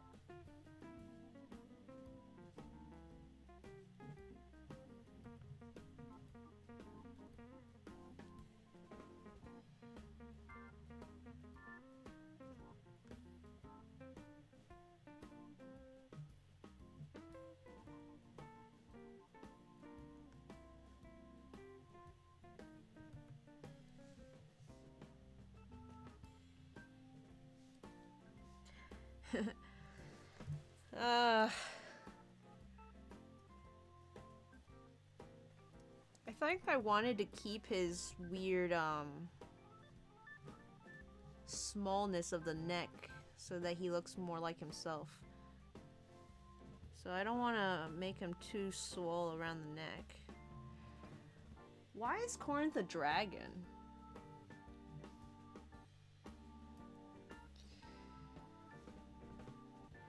And why does it not wear shoes? I guess because it's a dragon.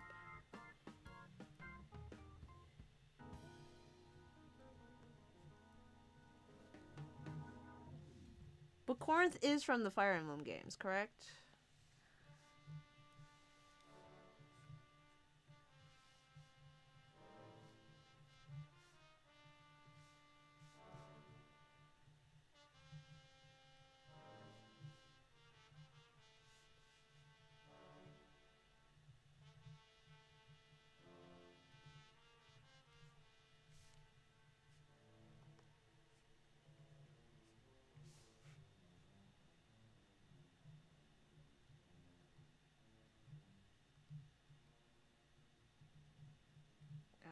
Focus on those feet. On his weird duck feet.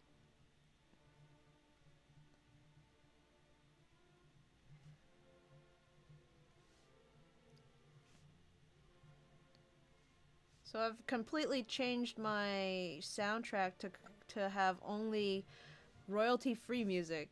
So hopefully I don't get in trouble anymore.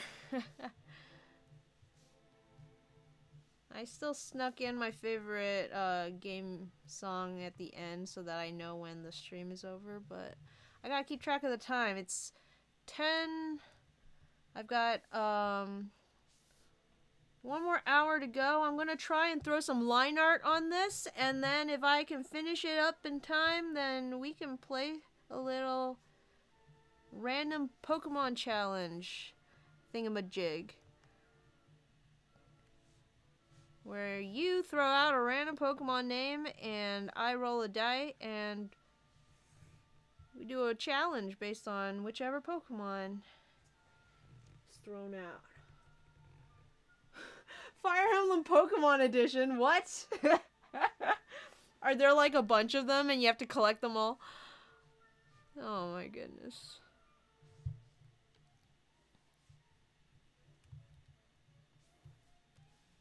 Alright, well let me just grab the Nuzlocke brush since this is Nuzlocke picture we're doing here. And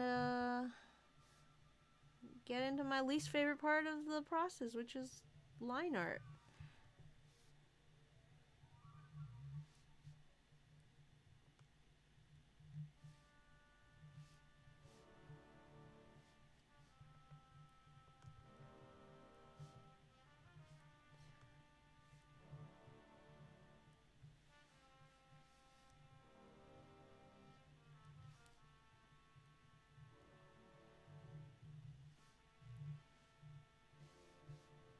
I'm afraid it's gonna be very difficult to talk doing this part of the drawing.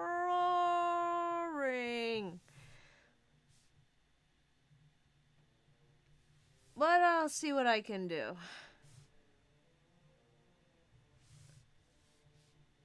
I hope y'all have had a good first week of the new year.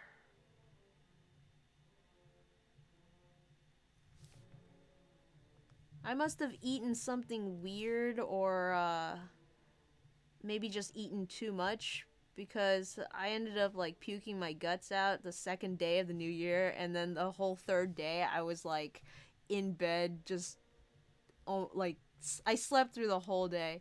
Didn't get anything done. It was miserable. But hey, I think if it's gonna happen, then I'm glad I was at home when it did. I didn't have to work this week, so, or last week I should say. I forget it's Monday. It's Monday, isn't it? I was supposed to go to work today, but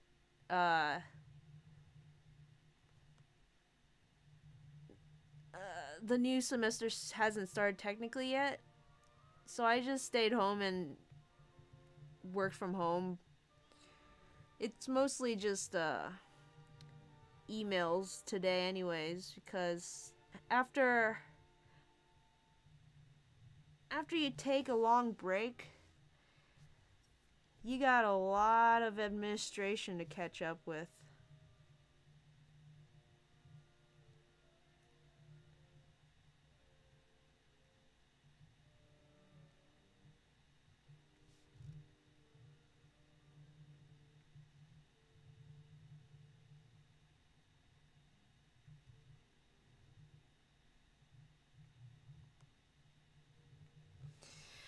Oh, Tails, did you play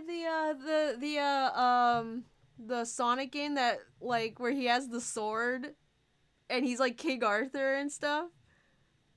I didn't even know that was a game, and I recently saw the Game Grumps compilation of that. It was hilarious.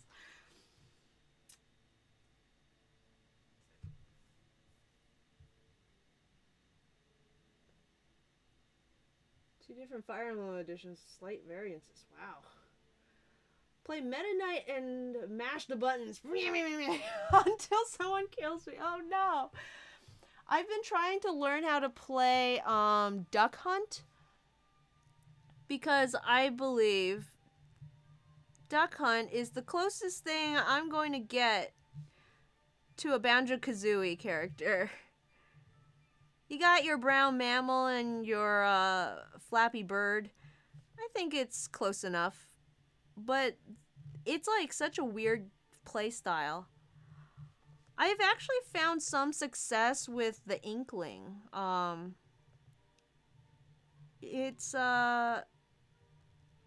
I haven't tested it against hard computer players or, you know, anyone actually good, but when me and my siblings play around, it's been a lot of fun.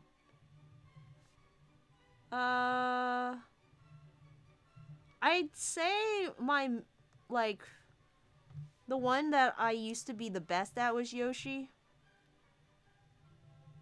Don't know if I'm the best at him anymore, but that's the one that I always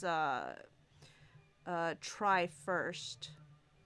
I'm trying to get through the classic mode with Yoshi first, without dying once, before I move on to another character. I have it set to normal, and I just like put the scroll all the way to the right as far as it can go. And yeah, it's really difficult. It's impossible. My heritage. What's your heritage? I was born in China. I think I'm pretty much purebred Chinese, except I came over here when I was 2. So, yeah, I'm essentially American. But I'm the weird kind of American that has Chinese parents, so a lot of stuff is a little off. My English isn't the greatest, but nor can I speak Chinese. And I have like no sense of like, no culture is sacred to me, because we grow up, when you're a Chinese American and your parents are first generation Chinese immigrants and they just came over, you know, you're a bratty kid, so you kind of just, you think your parents sound funny, and you like make fun of the weird things they do, and it's something that you and the other Chinese American kids bond over. Now that I'm older, I kind of understand a little better. I'm like, you know, I help my mom out if she can't pronounce a word properly, or you know, if she needs help reading something. And I really respect, you know, how good their Chinese and English are when I only have like decent English skills. But yeah, you know, it kind of ingrains that sort of thought in your mind that, oh, it's just a tradition. What's the big deal? But then again, I'm also like, just my personality, I really like tradition. Like, if you show me something and tell me that it's 100 years old and there's like history behind it, I will hold it sacred. I hate the sort of cartoons where for like a laugh they'll show some priceless vase from like a history museum, and then they'll like break it, just like, oh, oops, this character's clumsy, whoops, they're in trouble now. And I'm just like, oh, my heart. Why you do that? Oh goodness, back when it first came out, yeah, Sonic and the Black Knight. Yoshi is such a good boy. Large portion of the world can't speak Chinese either. That's true, yeah, but a surprising amount actually do. It's always funny to me when I see someone who's not Asian who can speak better Asian than me. There's like a YouTube channel that I follow. He does watercolor, like really good watercolor of shop fronts in Tokyo. And he's clearly, if not born in Tokyo, like grew up in Japan his whole life. He sounds perfectly Japanese with the, Japanese accent and all that and whatnot. But the first time he showed his face on camera, I'm like, what? He's white. He's just this big, tall, white dude, and he like, you couldn't find a more Japanese sounding man. I was very shocked. But, it's not uncommon. And I wish I knew language. I wish I was bilingual of some sort. I know enough Chinese that I can sort of understand my parents if they speak to me in it, but there's still gonna be a lot of words that I can't understand. I'll be like, what? My favorite thing to do is to take a word that they said that clearly means something else and that I don't understand quite, and I'll just find the closest synonym that is completely the wrong word. Because, in Chinese, it's all about tone, right? So, like, if you say a word with a lilt going up, it means one thing, and if you say it going the other way, it means a completely different word. So, yeah, I'll basically do that with words I don't know, and it drives my mom crazy. Like, she hates it so much.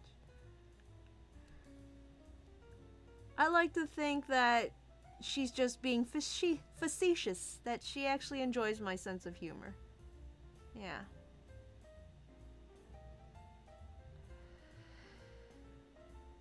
Or maybe I'm the one being facetious. These dead, soulless eyes. Give him some life. There we go. I've seen it. Oh. I had the same thought in my mind when I was talking about that earlier. Orange High Host Club is a really good show. That, along with Soul Eater, I watched when it was only the Japanese.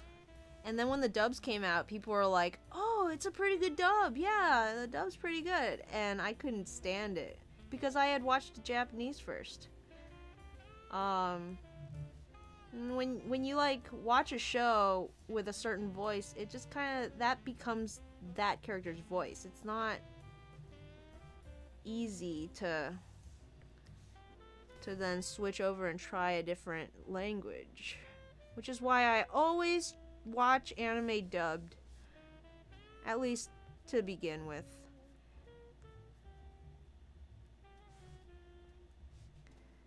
Because in my mind, I know that the sub is going to be good, or, the Japanese dub is going to be good. So why miss a chance, just in case, if the English is also decent?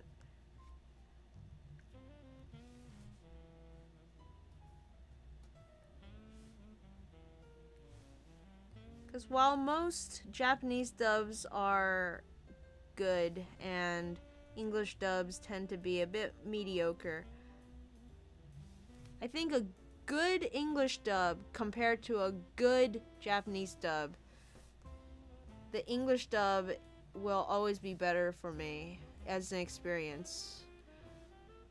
If we're talking like, apples to apples, if it's good v good, because I speak English.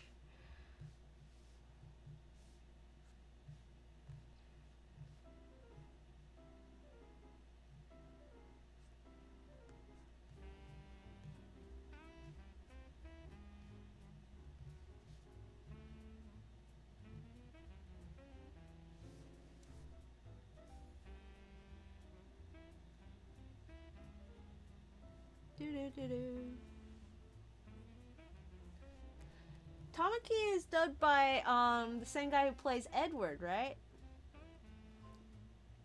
I heard him talking about it one time, and he's like, when I play Edward, I kind of pitch my voice up, and then when I play Tamaki, I pitch it down, or something like that. And I remember thinking, man, being a voice actor must be difficult. Like, there's only so many ways you can pitch your voice before you run out of voices.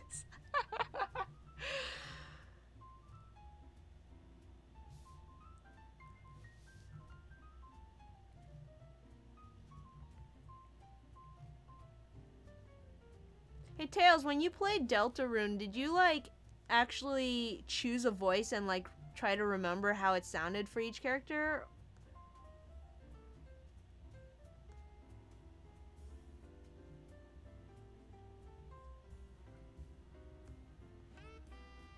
Because I think when I was playing Undertale, I just kind of let the voices happen. I kind of had an idea of some characters, and I tried to do them consistently, but I would always give up now and then. Like, I think with Alphys, I would try to sort of give her a little, like, a toothy sort of lisp, because she had those buck teeth. And then I want her to sound kind of nerdy, because she liked anime and stuff. But, pretty much every time I saw her, I would forget how to do the voice, and and the whole time I'm reading, I'm just trying to find the voice again. Unfortunately. Oh, man. You're listening to Take the A Train. Hey, that's pretty good. This is actually a compilation of, I think it was the YouTube channel said it's famous jazz, like, I don't know, jazz covers, I guess, something like that. Yeah, I ran out of royalty-free music that was provided by YouTube itself, so I had to turn to the users, and there's a couple of channels that just have jazzy coffee shop music. Like, if you search jazz cafe, you'll just find a whole bunch of these.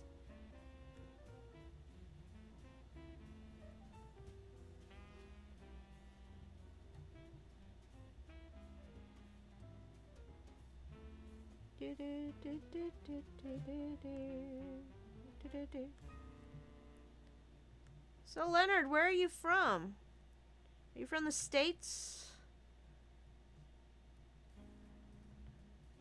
You're on the west, east, mid coast? Is there a mid coast? You got a west coast and east coast. There's no coast in the middle.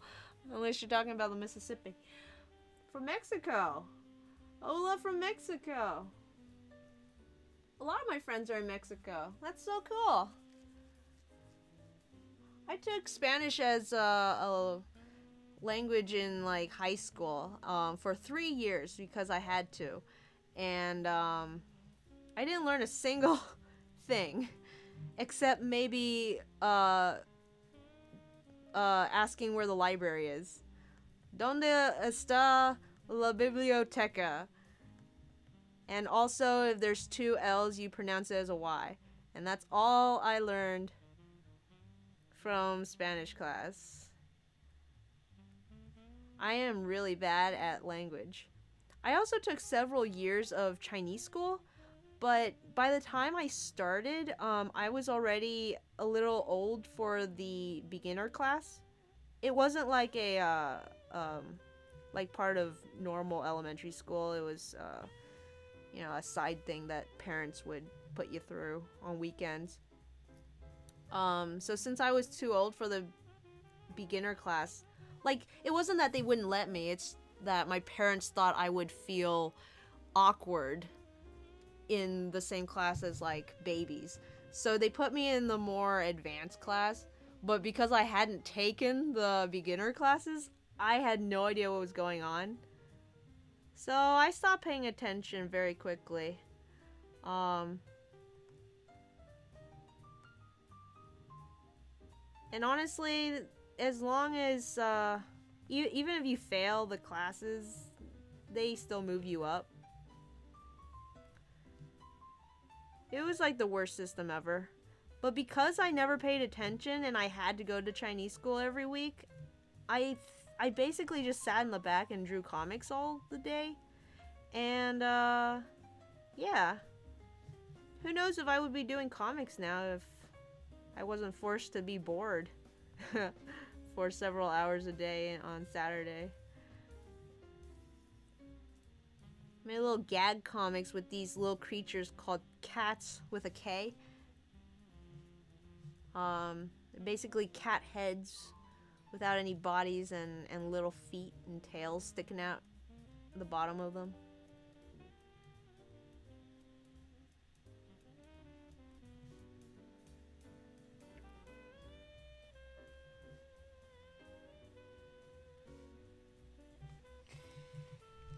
Now I'm an artist, thanks to Chinese class. Hurrah! West Coast, East Coast, and the whole middle is the Midwest. Yeah, but I didn't want to say that because I said West after East. You know, you can say like West Coast, East Coast, and the Midwest, but it sounds weird because Midwest has the West in the word. So I was trying to find a different way to say it, and I just couldn't find another way. I couldn't find the way.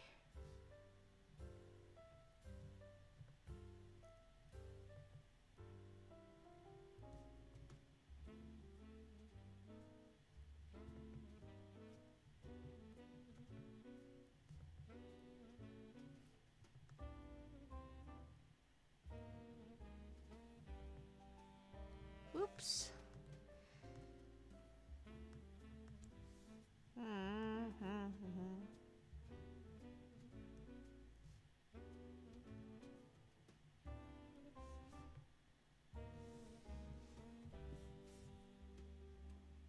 This isn't looking good, guys. I'm 30 minutes in and I've only got one character done. I'm almost done with Jet.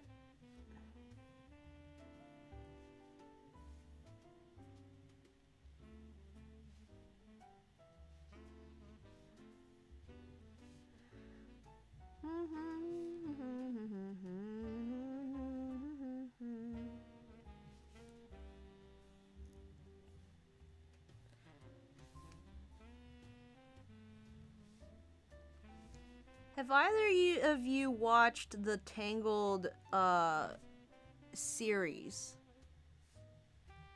Not like I've seen the movie, but Tangled the series. Recently someone on DeviantArt posted a link to a song from that show, which I had never given any thought to. And it's so epic! Oh my goodness. It makes me want to watch the show. Like, the animation's a little stilted. It's a little bit awkward how dramatic everything is. But it's dramatic. Like My Little Pony style animation with all the Flash type style like animation, but they're like acting their hearts out, and the plot seems like really thick. It's weird. And I can't get the song stuck out, like, I can't get the song out of my head. I listened to it like 5 times today.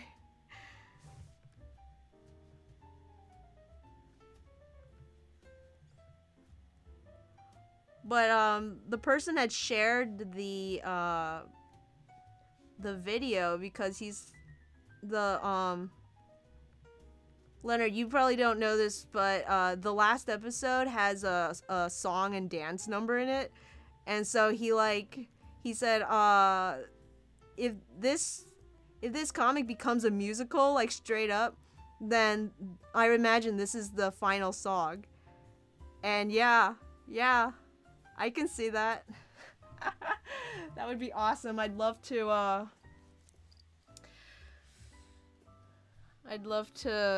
animate that if I was a better animator. It's not an anime, Tails, it's Tangled. You know, like Disney's Tangled, but the animated series.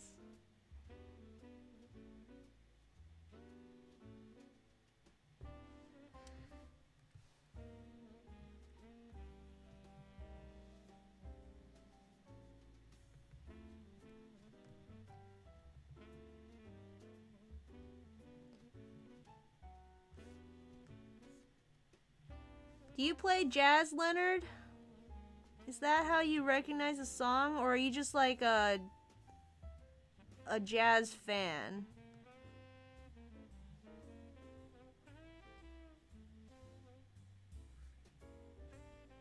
Because that was one song that I didn't actually recognize. Sometimes I'll hear a piece of music that I've heard before. Like, I clearly have heard it before. I know that this is a tune that has entered my ear canal in the past, but I don't know what it's called, who wrote it, what time period, what style of music, you know. I'm not much of a music connoisseur.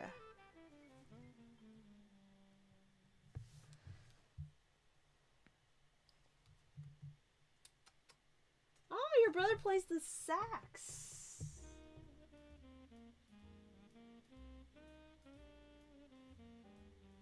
My brother plays the trumpet. How old's your brother? Is he like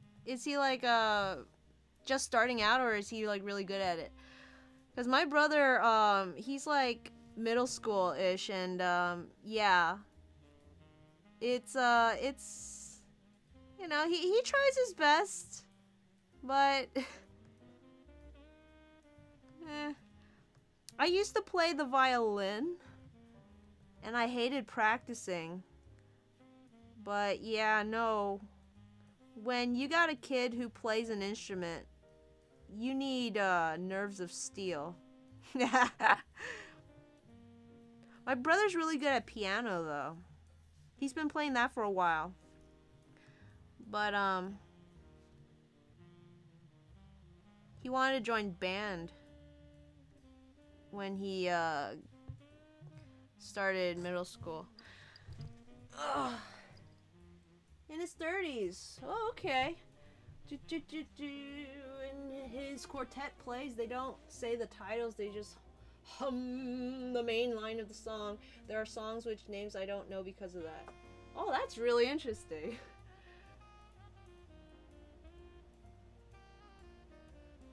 I always wanted to learn the name of the violin. The name of the violin? Oh,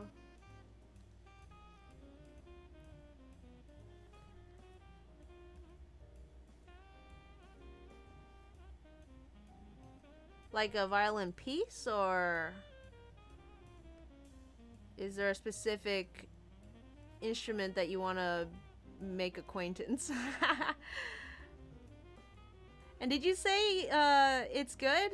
You watched it? I kind of want to watch it. I was just talking about how I don't have time for anything, and here I am, like, debating whether or not I want to watch Tangled, the animated series of all things.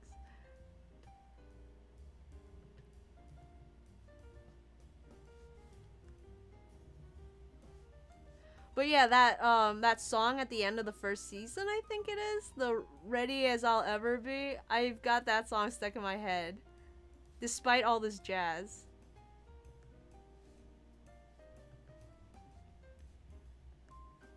It gives me chills. Maybe it's better that I haven't seen the movie, or was it TV show?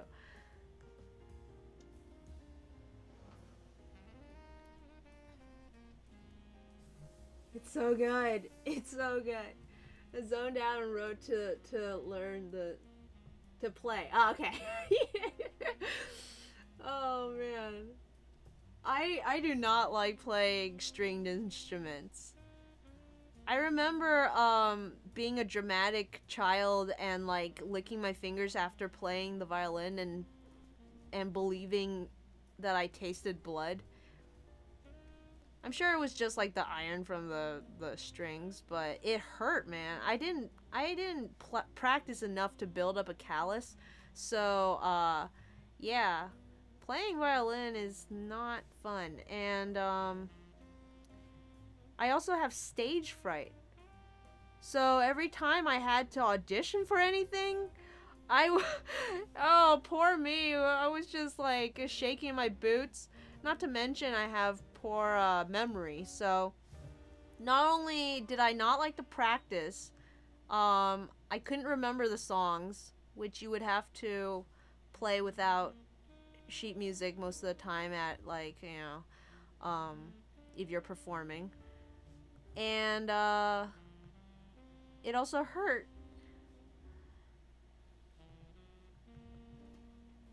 It hurt my self-esteem and my physical my little fingers.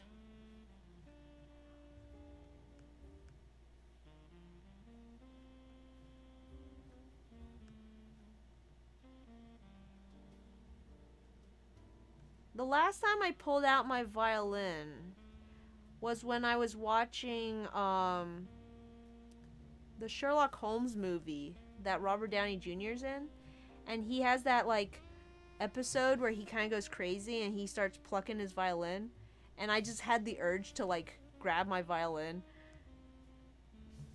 I just like held it as I watched the movie.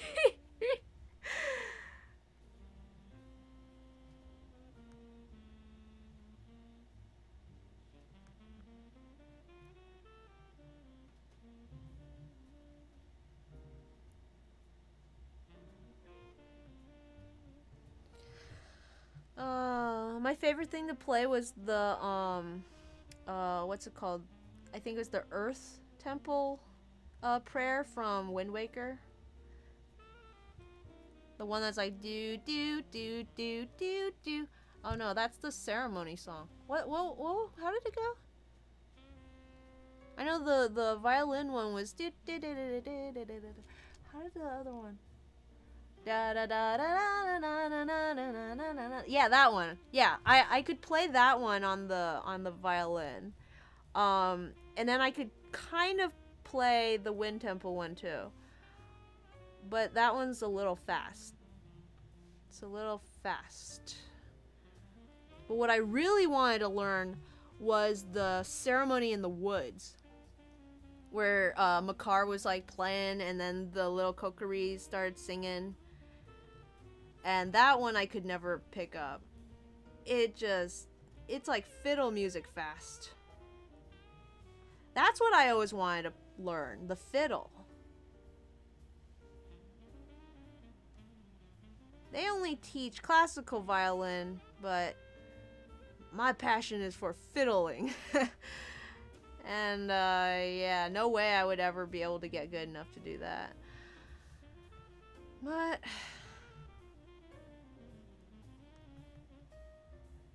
pull out the fiddle and we're rising up the bow. Kids are asleep, so keep it kind of low. Thank God I'm a country boy. Could learn how to play ukulele.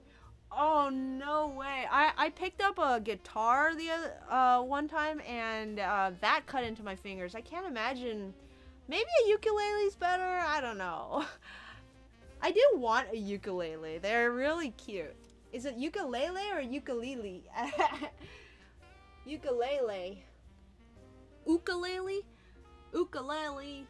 La la la doo dee da.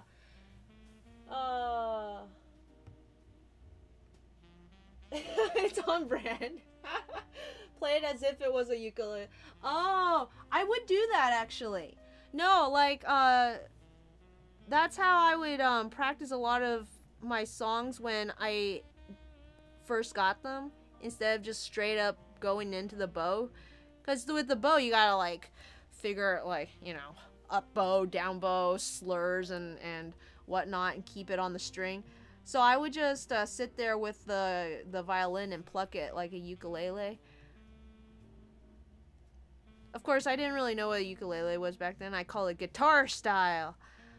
Yeah, that's fun. I would also hold it like a cello. My little violin, I'll put it on my lap and I'll hold it like a cello and pick up my bow and play it cello style. Just like Makar. Ukulele. Oh, it's not ukulele, it's ukulele. Oh, hey, I never heard much about that ukulele game. There was like all this talk about how it was like the new Banjo-Kazooie or whatnot, and then it came out and then no one talked about it. Whatever happened to that?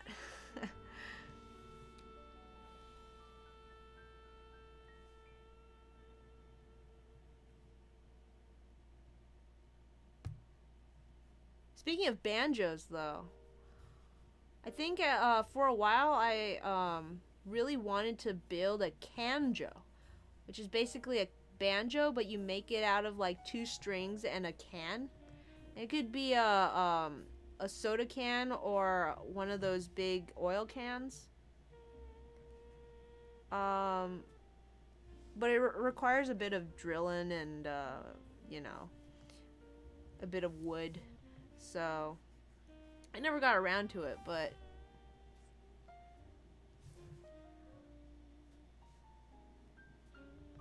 I get really into the idea of making things, and I never really end up making anything, but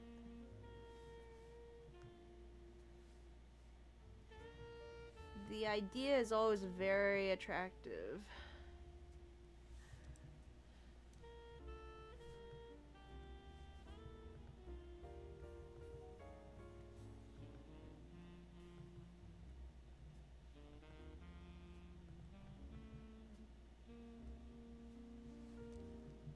Dad and I made a diddly-do.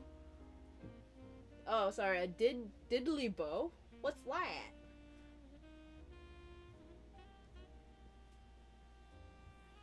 Split down the middle. It seems like reactions split down the middle. Didn't respond to modern game sensibilities. No. Learn to play the saw. Oh, what?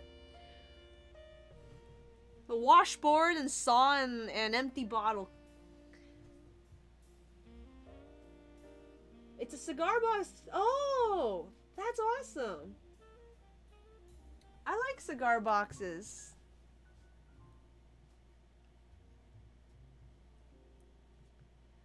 Is it like a slide banjo, like where you have that metal thing on your finger?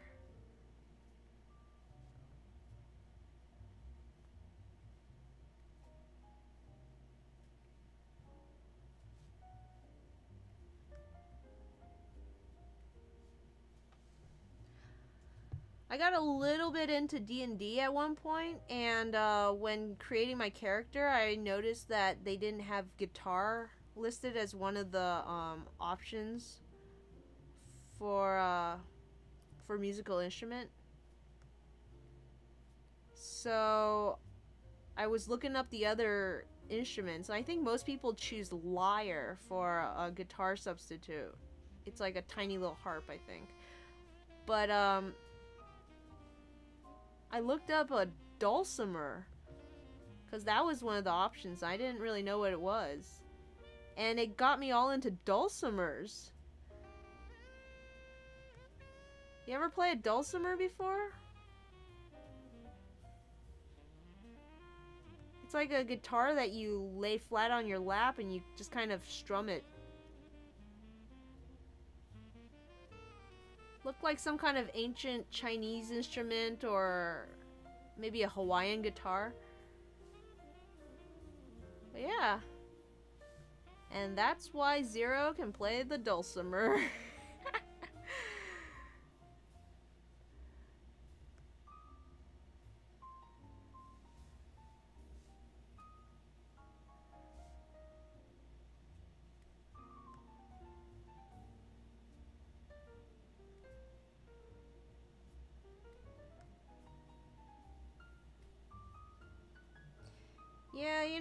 it's kind of sad. Like, I feel like it's not so much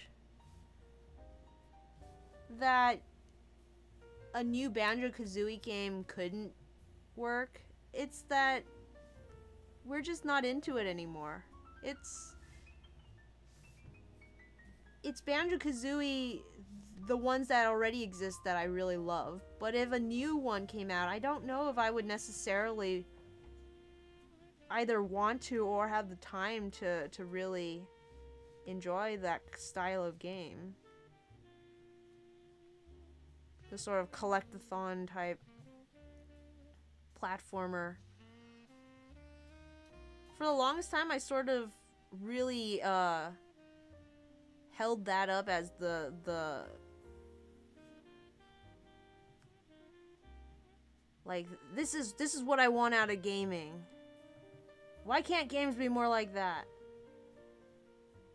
But then when we finally get games that are like basically the same as that, we complain about it. What's up with that?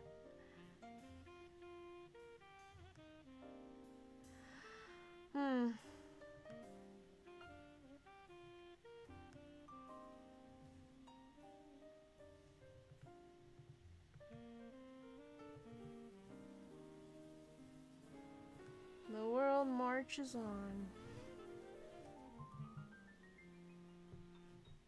You think? Banjo-Kazooie game could work really well on the Switch. I wonder if A Hat in Time is on the Switch. I'd like to try that game out. Automaton. Don't know the D&D Bard with an automaton. Is that the thing that goes woo and you?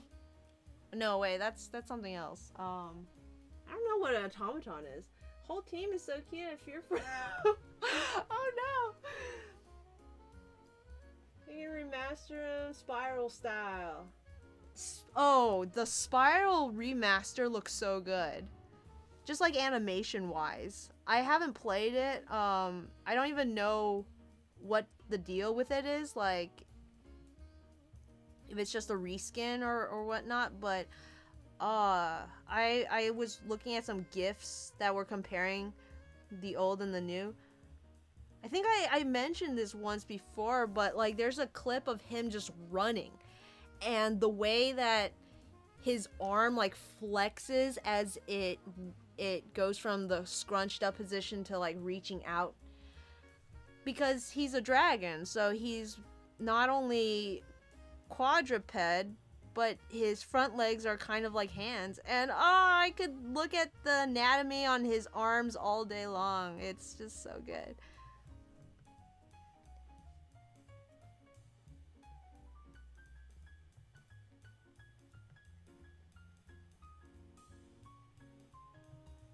But like, you know, Spiral looked cool even before getting remastered or whatever. Not necessarily like cool like Sonic cool, but he's like a cute dragon. And he's a pretty standard dragon, if I may say so. He's got the wings and the horns and whatnot. Banjo, you know, without his personality and charm and just the humor in the game, his design itself isn't great. It's like, it's not attractive. And I think the redesign that the nuts and bolts gave them kind of accentuate the weirdness of them. He's got these huge gross sausage fingers that don't have any fur on them, and this huge nose that's like a goofy nose, and these like googly eyes that are way too detailed. It's a little off-putting. If they remastered it, I don't know if just like, you know, They would have to redesign the characters, I think. And the way it worked last time they redesigned the characters, I fear for them. I want them to leave my boys alone. Banjo and Kazooie, just release it on the Switch just the way it was, the way I remember it. Let me buy the game. I still have the N64 and the cartridge for Banjo-Kazooie and Banjo-Tooie. And I'll always have them, but they'll not last forever, you know? Someday I'm gonna plug that system in and it's not gonna turn on, or I'm gonna play the game and like halfway through it's gonna die on me and I'm gonna cry and we're gonna have a Viking funeral for it and all that, but as it is now. You like those designs? Maybe I haven't like given them a good look. I liked that they made him all fat, cause like in the first two games, the other characters would always call him a fat bear, but he's not fat. He's like super buff. So I did like that they leaned into the whole fat thing and like actually poked fun of him and like, oh look, these two need to go on an adventure because they're all out of shape now. But yeah, I don't know, I wasn't a big fan. And I don't think it was their fault or that it was like a bad design necessarily, but it's the whole like adapting a book to movie where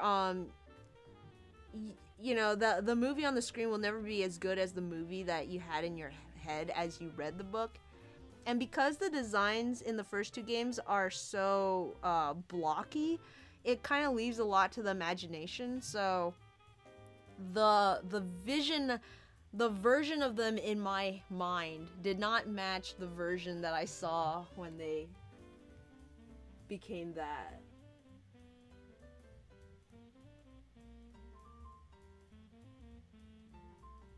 Can't wait to play the Spiral Master. Oh, is it not out? Or you just didn't get it yet? I don't know anything what's happening with Spiral. Blah blah blah blah blah. You gotta set him on fire.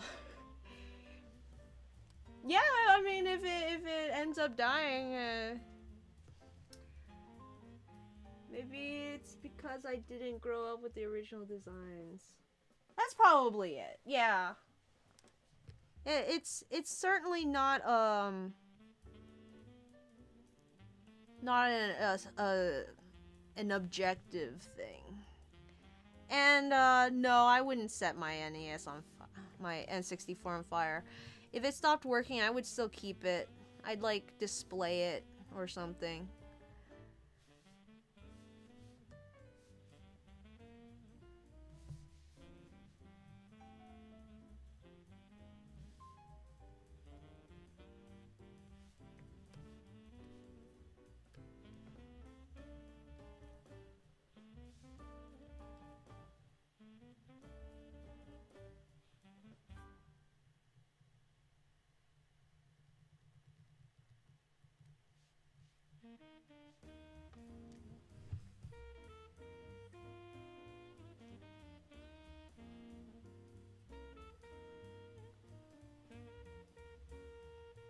I made Major so scrawny.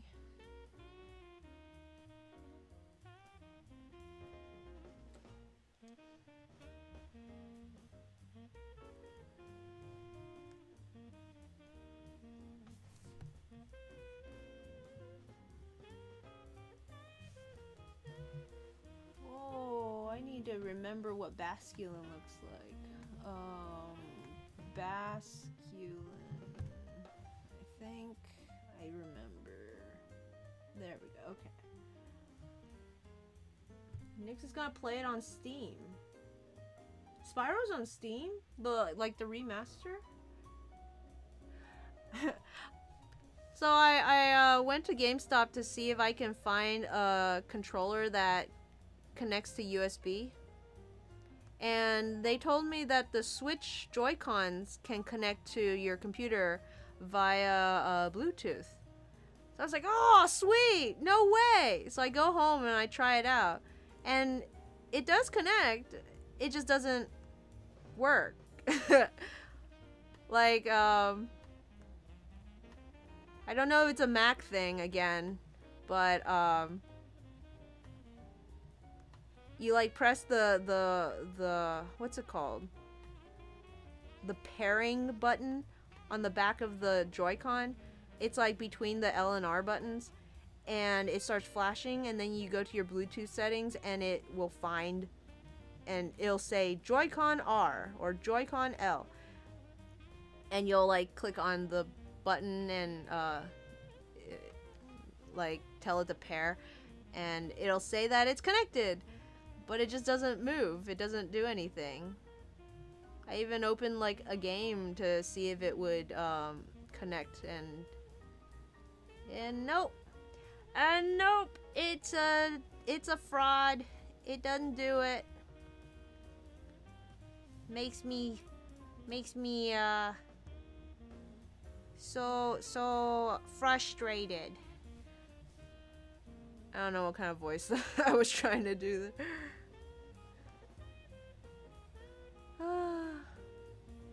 But yeah, still back to square one, it seems.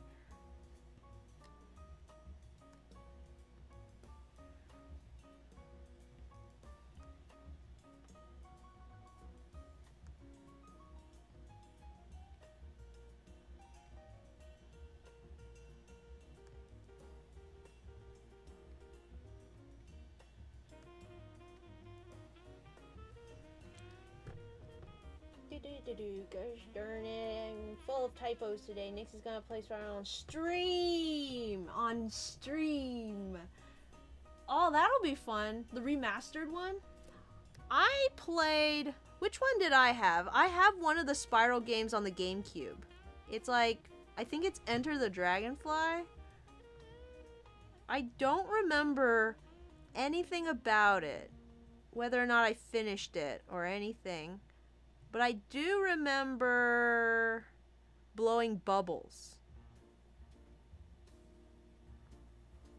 I distinctly remember one of Spyro's breath powers was to blow bubbles.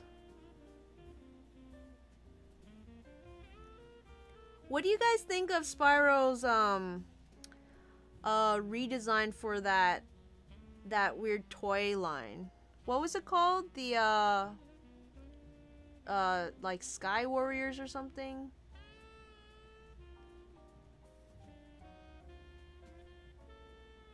It's like where you can tap the toy and it's basically an amiibo, but they did it first.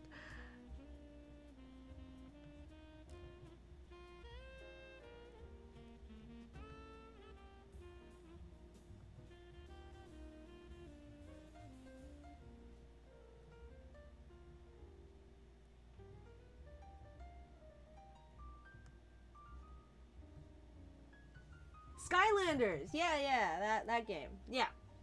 Skylanders. They redesigned Spyro for Skylanders and he looks like a weird hobgoblin.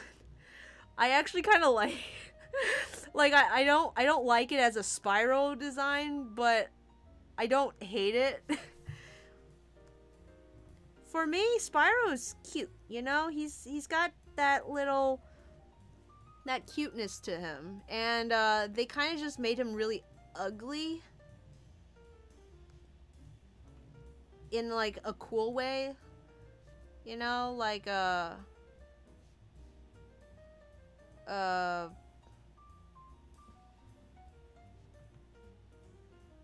don't know how to describe it.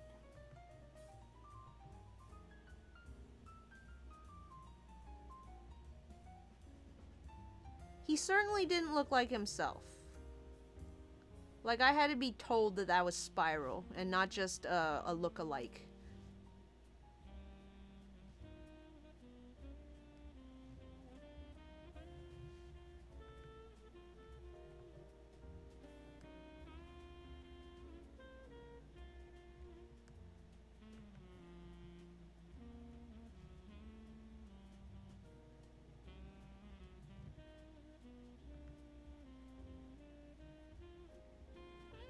Is this Someday My Prince Will Come?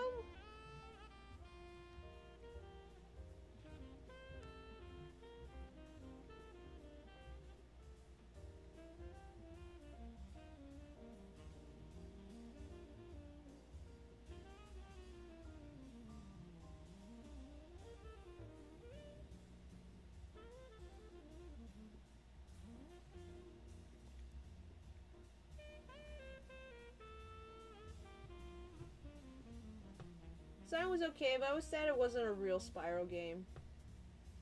Oh, is it not canon? Yeah, I don't know.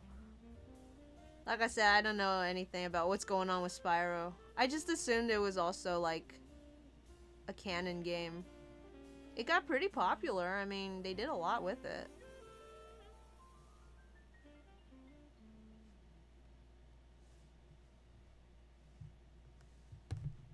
Maybe unpopular opinion, but I really like the gargoyle song from Hunchback, and I started thinking about it because I'm pretty sure it has the same tune to So This Is Love from Cinderella.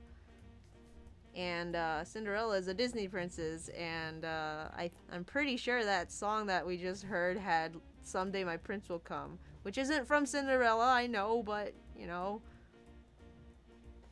Disney princess.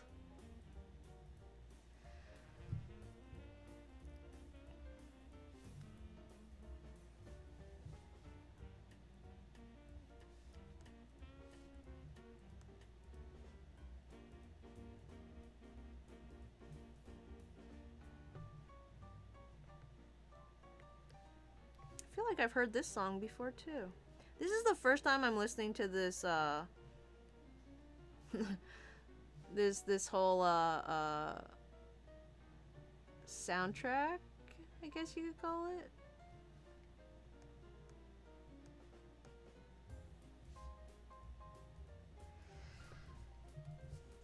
Oh, dearie me.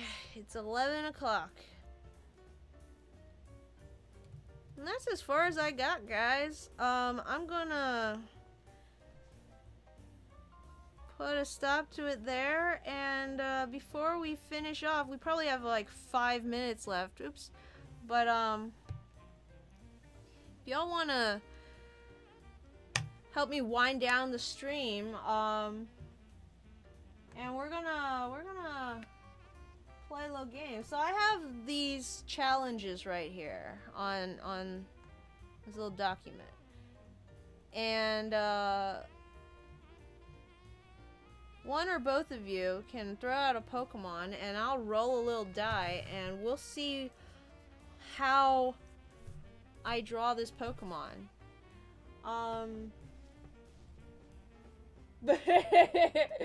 Never forget, Tails. Never forget.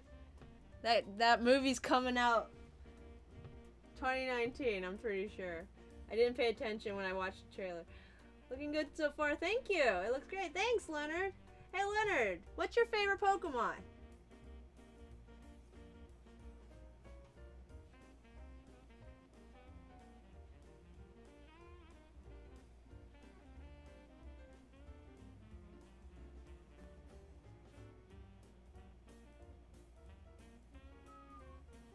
I think this is just mixing up a bunch of Sentret. Sentret's more of a ferret, I believe. I think Zigzagoon's closer to a raccoon, but Sentret's got... Does Sentret have the mask? I don't actually remember. Oh, well, before I look it up, because one of these is draw from memory, so just in case, let me roll this 10-sided die and see what we got. I'm pretty sure I chose you because you're 10-sided. Why is it 11? Is this the wrong die?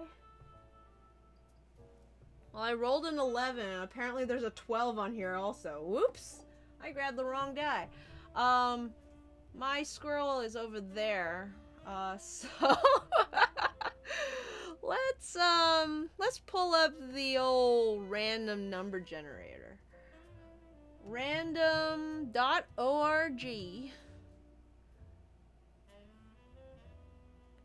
Maximum is 10. And we'll just generate 6. Alolan form. Oh dear. Okay, Alolan form Sentret, here we go. Tails, you wanna you wanna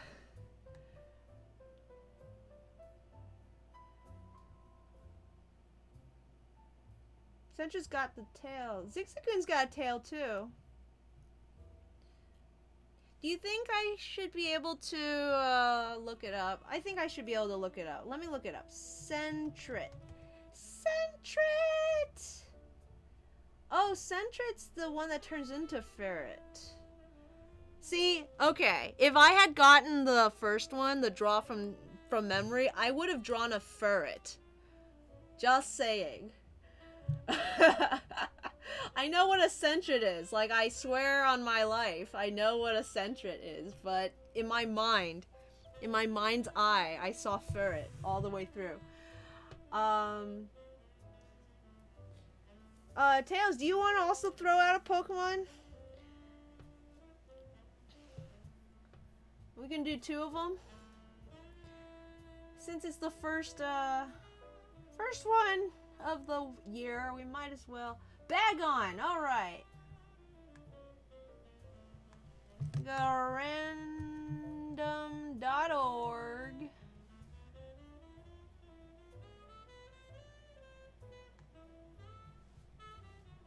Generate 1. Okay. So I'm gonna do a Sentret, Alolan form, and I'll draw a Bagon from memory. Oh boy, okay. The only thing I remember about Bagon is that it doesn't have a tail. So that's a good start, I think. Let's get some kind of brush that I can doodle with.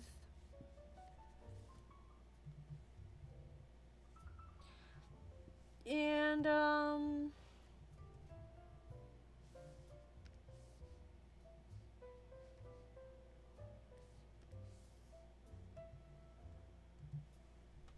let's just draw a normal Sentret first to start us off. You know, instead of drawing it here, I'm going to save this. I'm going to save this. I'm going to close it. And I'm going to open up this sketch PSD, because I think it's at a lower resolution, so it shouldn't lag as much when I try to sketch fast. Just cooked bacon, so Bagon was the first. I'm glad Tepig was not the first to come to mind. Bacon, indeed. Oh. Bagon! Okay. I am, not sure what's happening, but it's lagging even here. What is the resolution on this baby? 300. Oh my goodness, what am I thinking? Let's turn down a notch. You don't need to go crazy here. These are just sketches.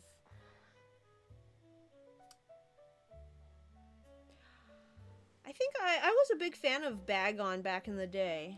It was one of those Pokemon that you had to know where to find them, or you can just like run into one. You know?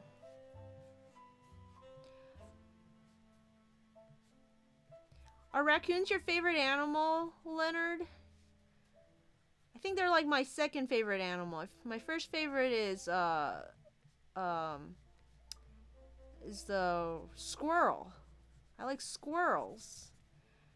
Then probably raccoons, and then probably rats.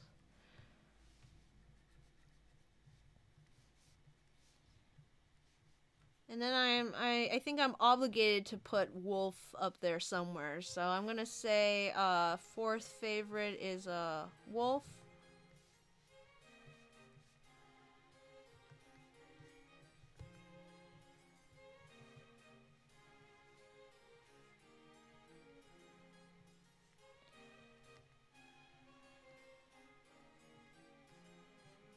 Raccoons are so clever.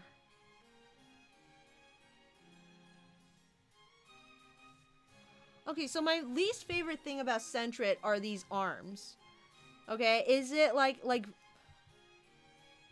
I'm trying to understand.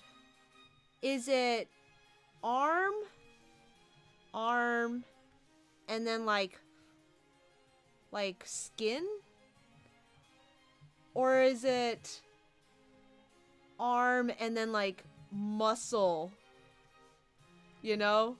Like it's just a huge, like it's just all flesh here and then that's the skin, you know?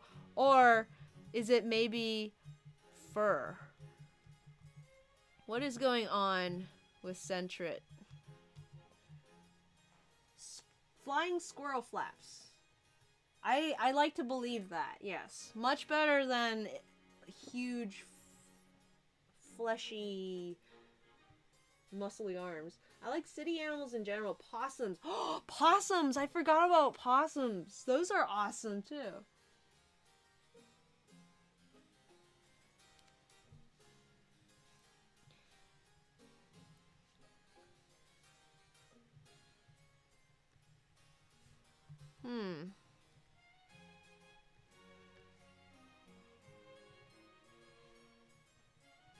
So I haven't actually done an Alolan form before.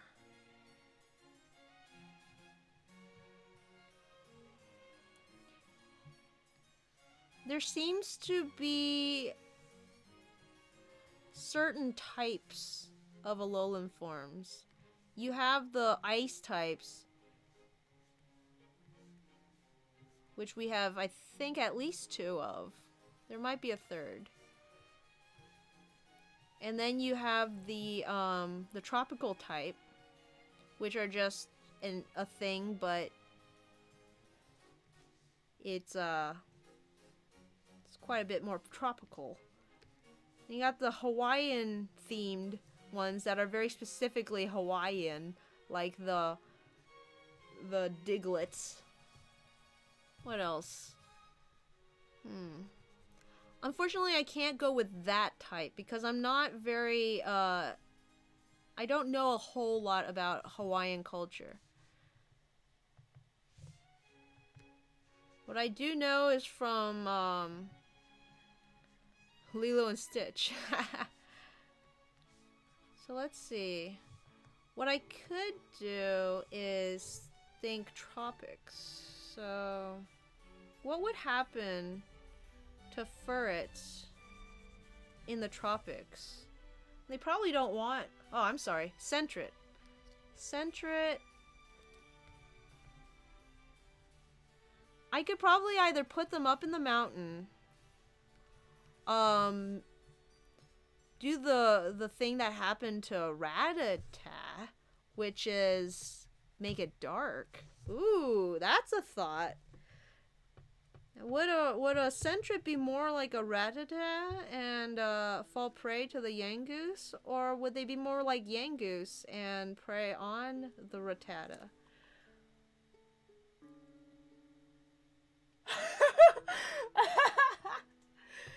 Throw a hat, some shades, and a pina colada. It becomes a kingpin. Oh, you know what? I have an idea. Okay. How will I pull this off, though? Because I'm looking at these big, fat arms, and I'm thinking, oh.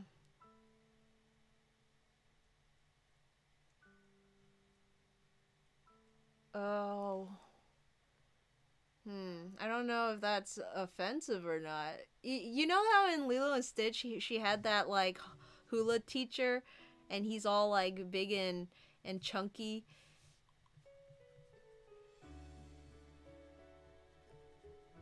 That's kind of what this centret looks like.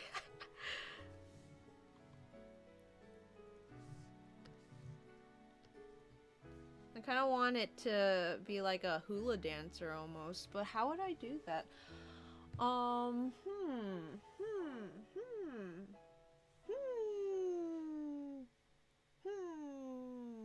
I'm gonna run out of music soon. Maybe...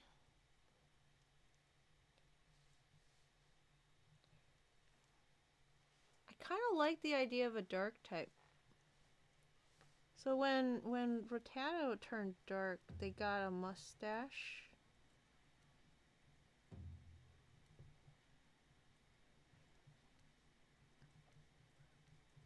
And spikes, so...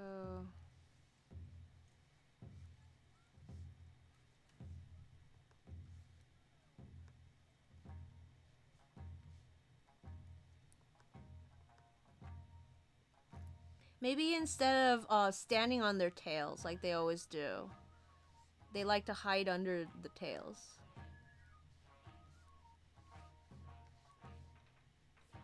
So I'm gonna take your raccoon boy and I'm gonna make it into a squirrel.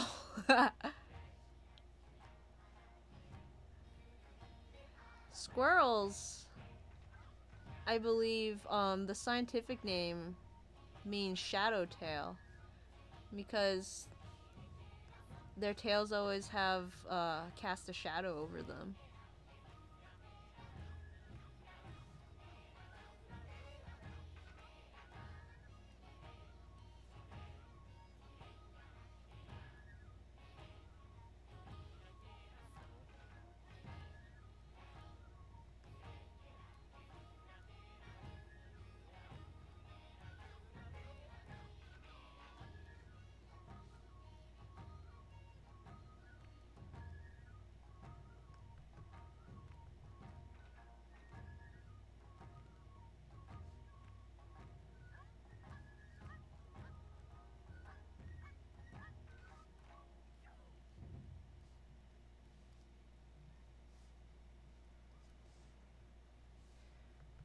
I think I can accentuate that a little better.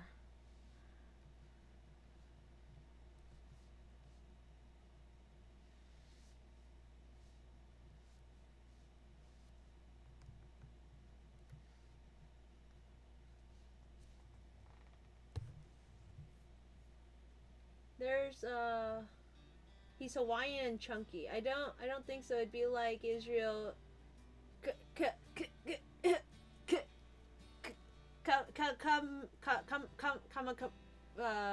He's Hawaiian. Oh, I know him. Yeah, I love his rendition of the what's it called? The song that's like wind beneath my wings, I believe. Yeah. Oh, they pretend to be coconuts. It's just mean when they rename animals, like calling a snake a danger doodle. But like that's how animals are actually called, only in Latin. Oh, that's hilarious. I love it. Danger doodle.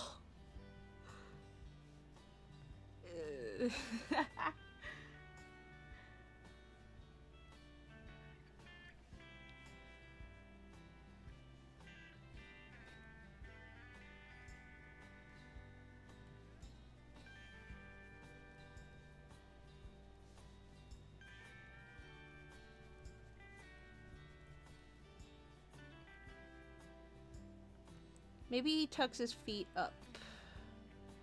Gotta sell the whole coconut aesthetic.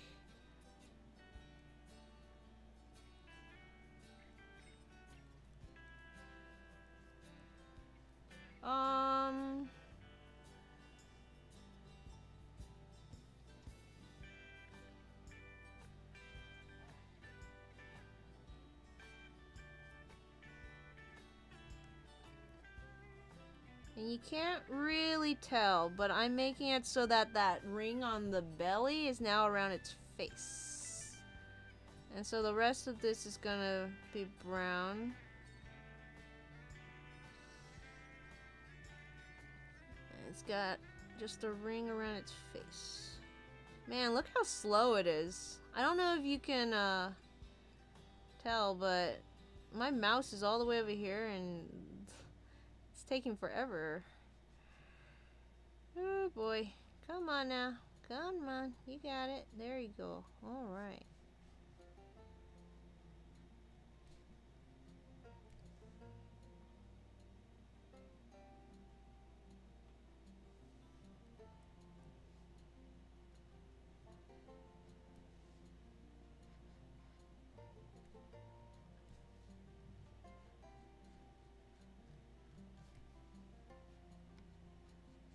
Come on.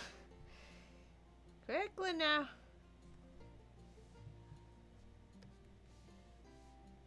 Alright, well, that's the best I could do in the short time.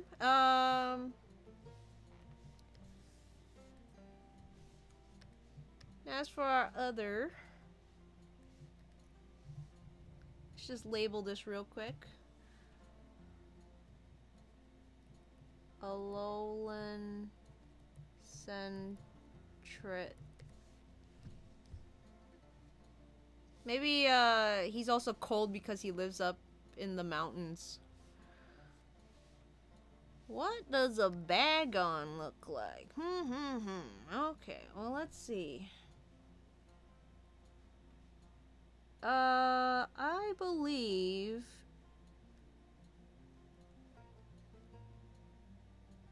it looks like a Yoshi.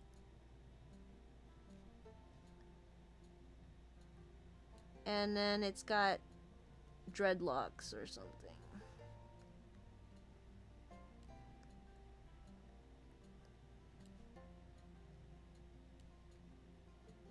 Something like that.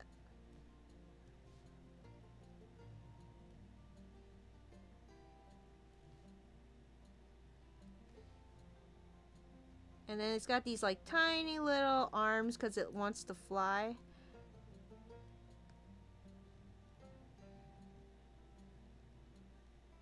Just gonna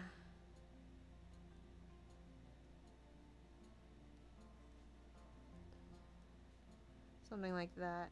Maybe he has a tummy too.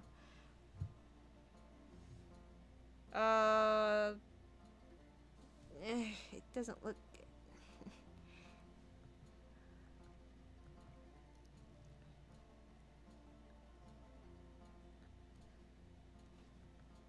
Not saying I got the design wrong or anything. I think I'm pretty much 100% spot on in that regard, but the drawing itself just doesn't look too good. Maybe this arm needs to come forward. Let's give him some attitude. Oops.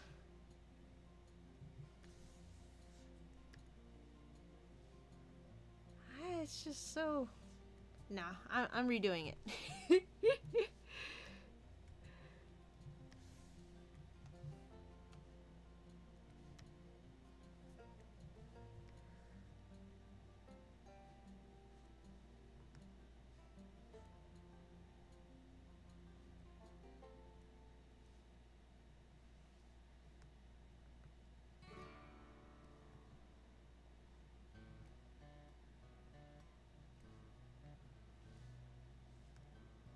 I'll stick his butt out so I accentuate the fact that he doesn't have a tail.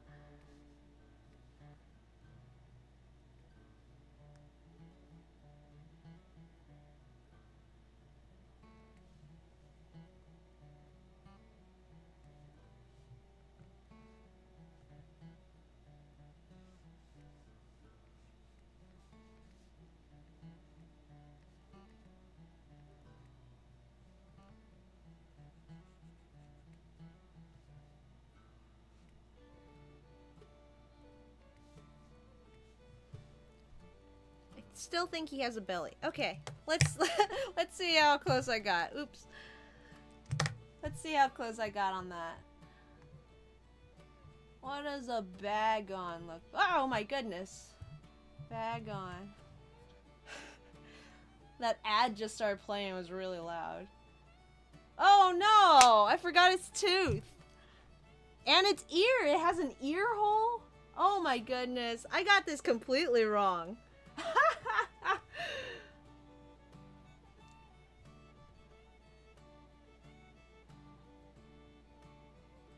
Oh, look at that fluffy boy, but like that's how animals are actually called. Oh, okay.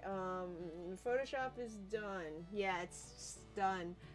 He's a good boy. What types are there? Alolan forms. Bagon is a good bean. Yeah, the Alolan form for Sentret, you mean? I believe.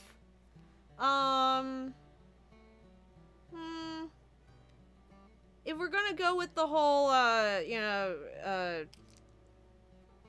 like the Sentrets and the Rattatas both became dark, I guess we would make it dark. Is Rattata dark normal or just dark? I believe it's just dark. Oh, I didn't even think about.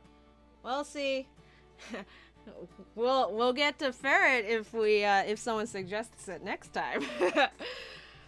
Who knows? And yeah, no, the feet I thought was like, you know, a single toe, but it's actually two, and it doesn't have any toenails at all. There's only supposed to be 3 of these lumps on the head. And I completely forgot that it had an ear. So, it's like stomach thing should be a triangle. But, you know, it's pretty close, I suppose. It's the best I can do. Anyway, before I sign off, everybody, let me just write Bagon from memory. Before I sign off, if any of you are, if either of you, I should say, or anyone who else is watching, I don't know who's in the stream, I don't have the analytics up, but anyone who watches this video later as well, next week I'm going to be doing something a little bit weird, in that I want to start a sort of choose your own adventure kind of project where I ask you guys simple questions like, what's your favorite animal? Or what, you know, location would you like to see? Yeah, like something random or fun. And we kind of create a story out of it. I think it's gonna be fun. It was suggested by a friend of mine when I asked how I could improve the Patreon requests that I've been doing, and yeah, eventually it will move on to the Patreon, but I wanted to start it in a stream when there's some back and forth interaction, and hopefully a bunch of people, but yeah, hopefully that could be fun if anyone is able to make it. This week's stream and, or I guess that wouldn't matter, but next week's stream is going to be normal time. 8 o'clock to 11-ish, just like today. But after that, we are going to be moving the stream time 1 hour later, starting at 9 o'clock Eastern Standard Time. And that's just because my work schedule has, well, I'll be getting off work at 7, starting this semester, and it's gonna be absolutely impossible for me to get off at 7 and make it all the way home and eat and get everything I need to do before 8. So yeah, keep that in mind going forward. Next week will still be 8 o'clock, and after that, I hope everyone has had a good time here today. I want to thank you both for chatting with me in the stream, keeping it lively. And it's so nice to meet a fellow raccoon lover, Leonard Mapache. And Tails, as always, it is always a pleasure. But as always,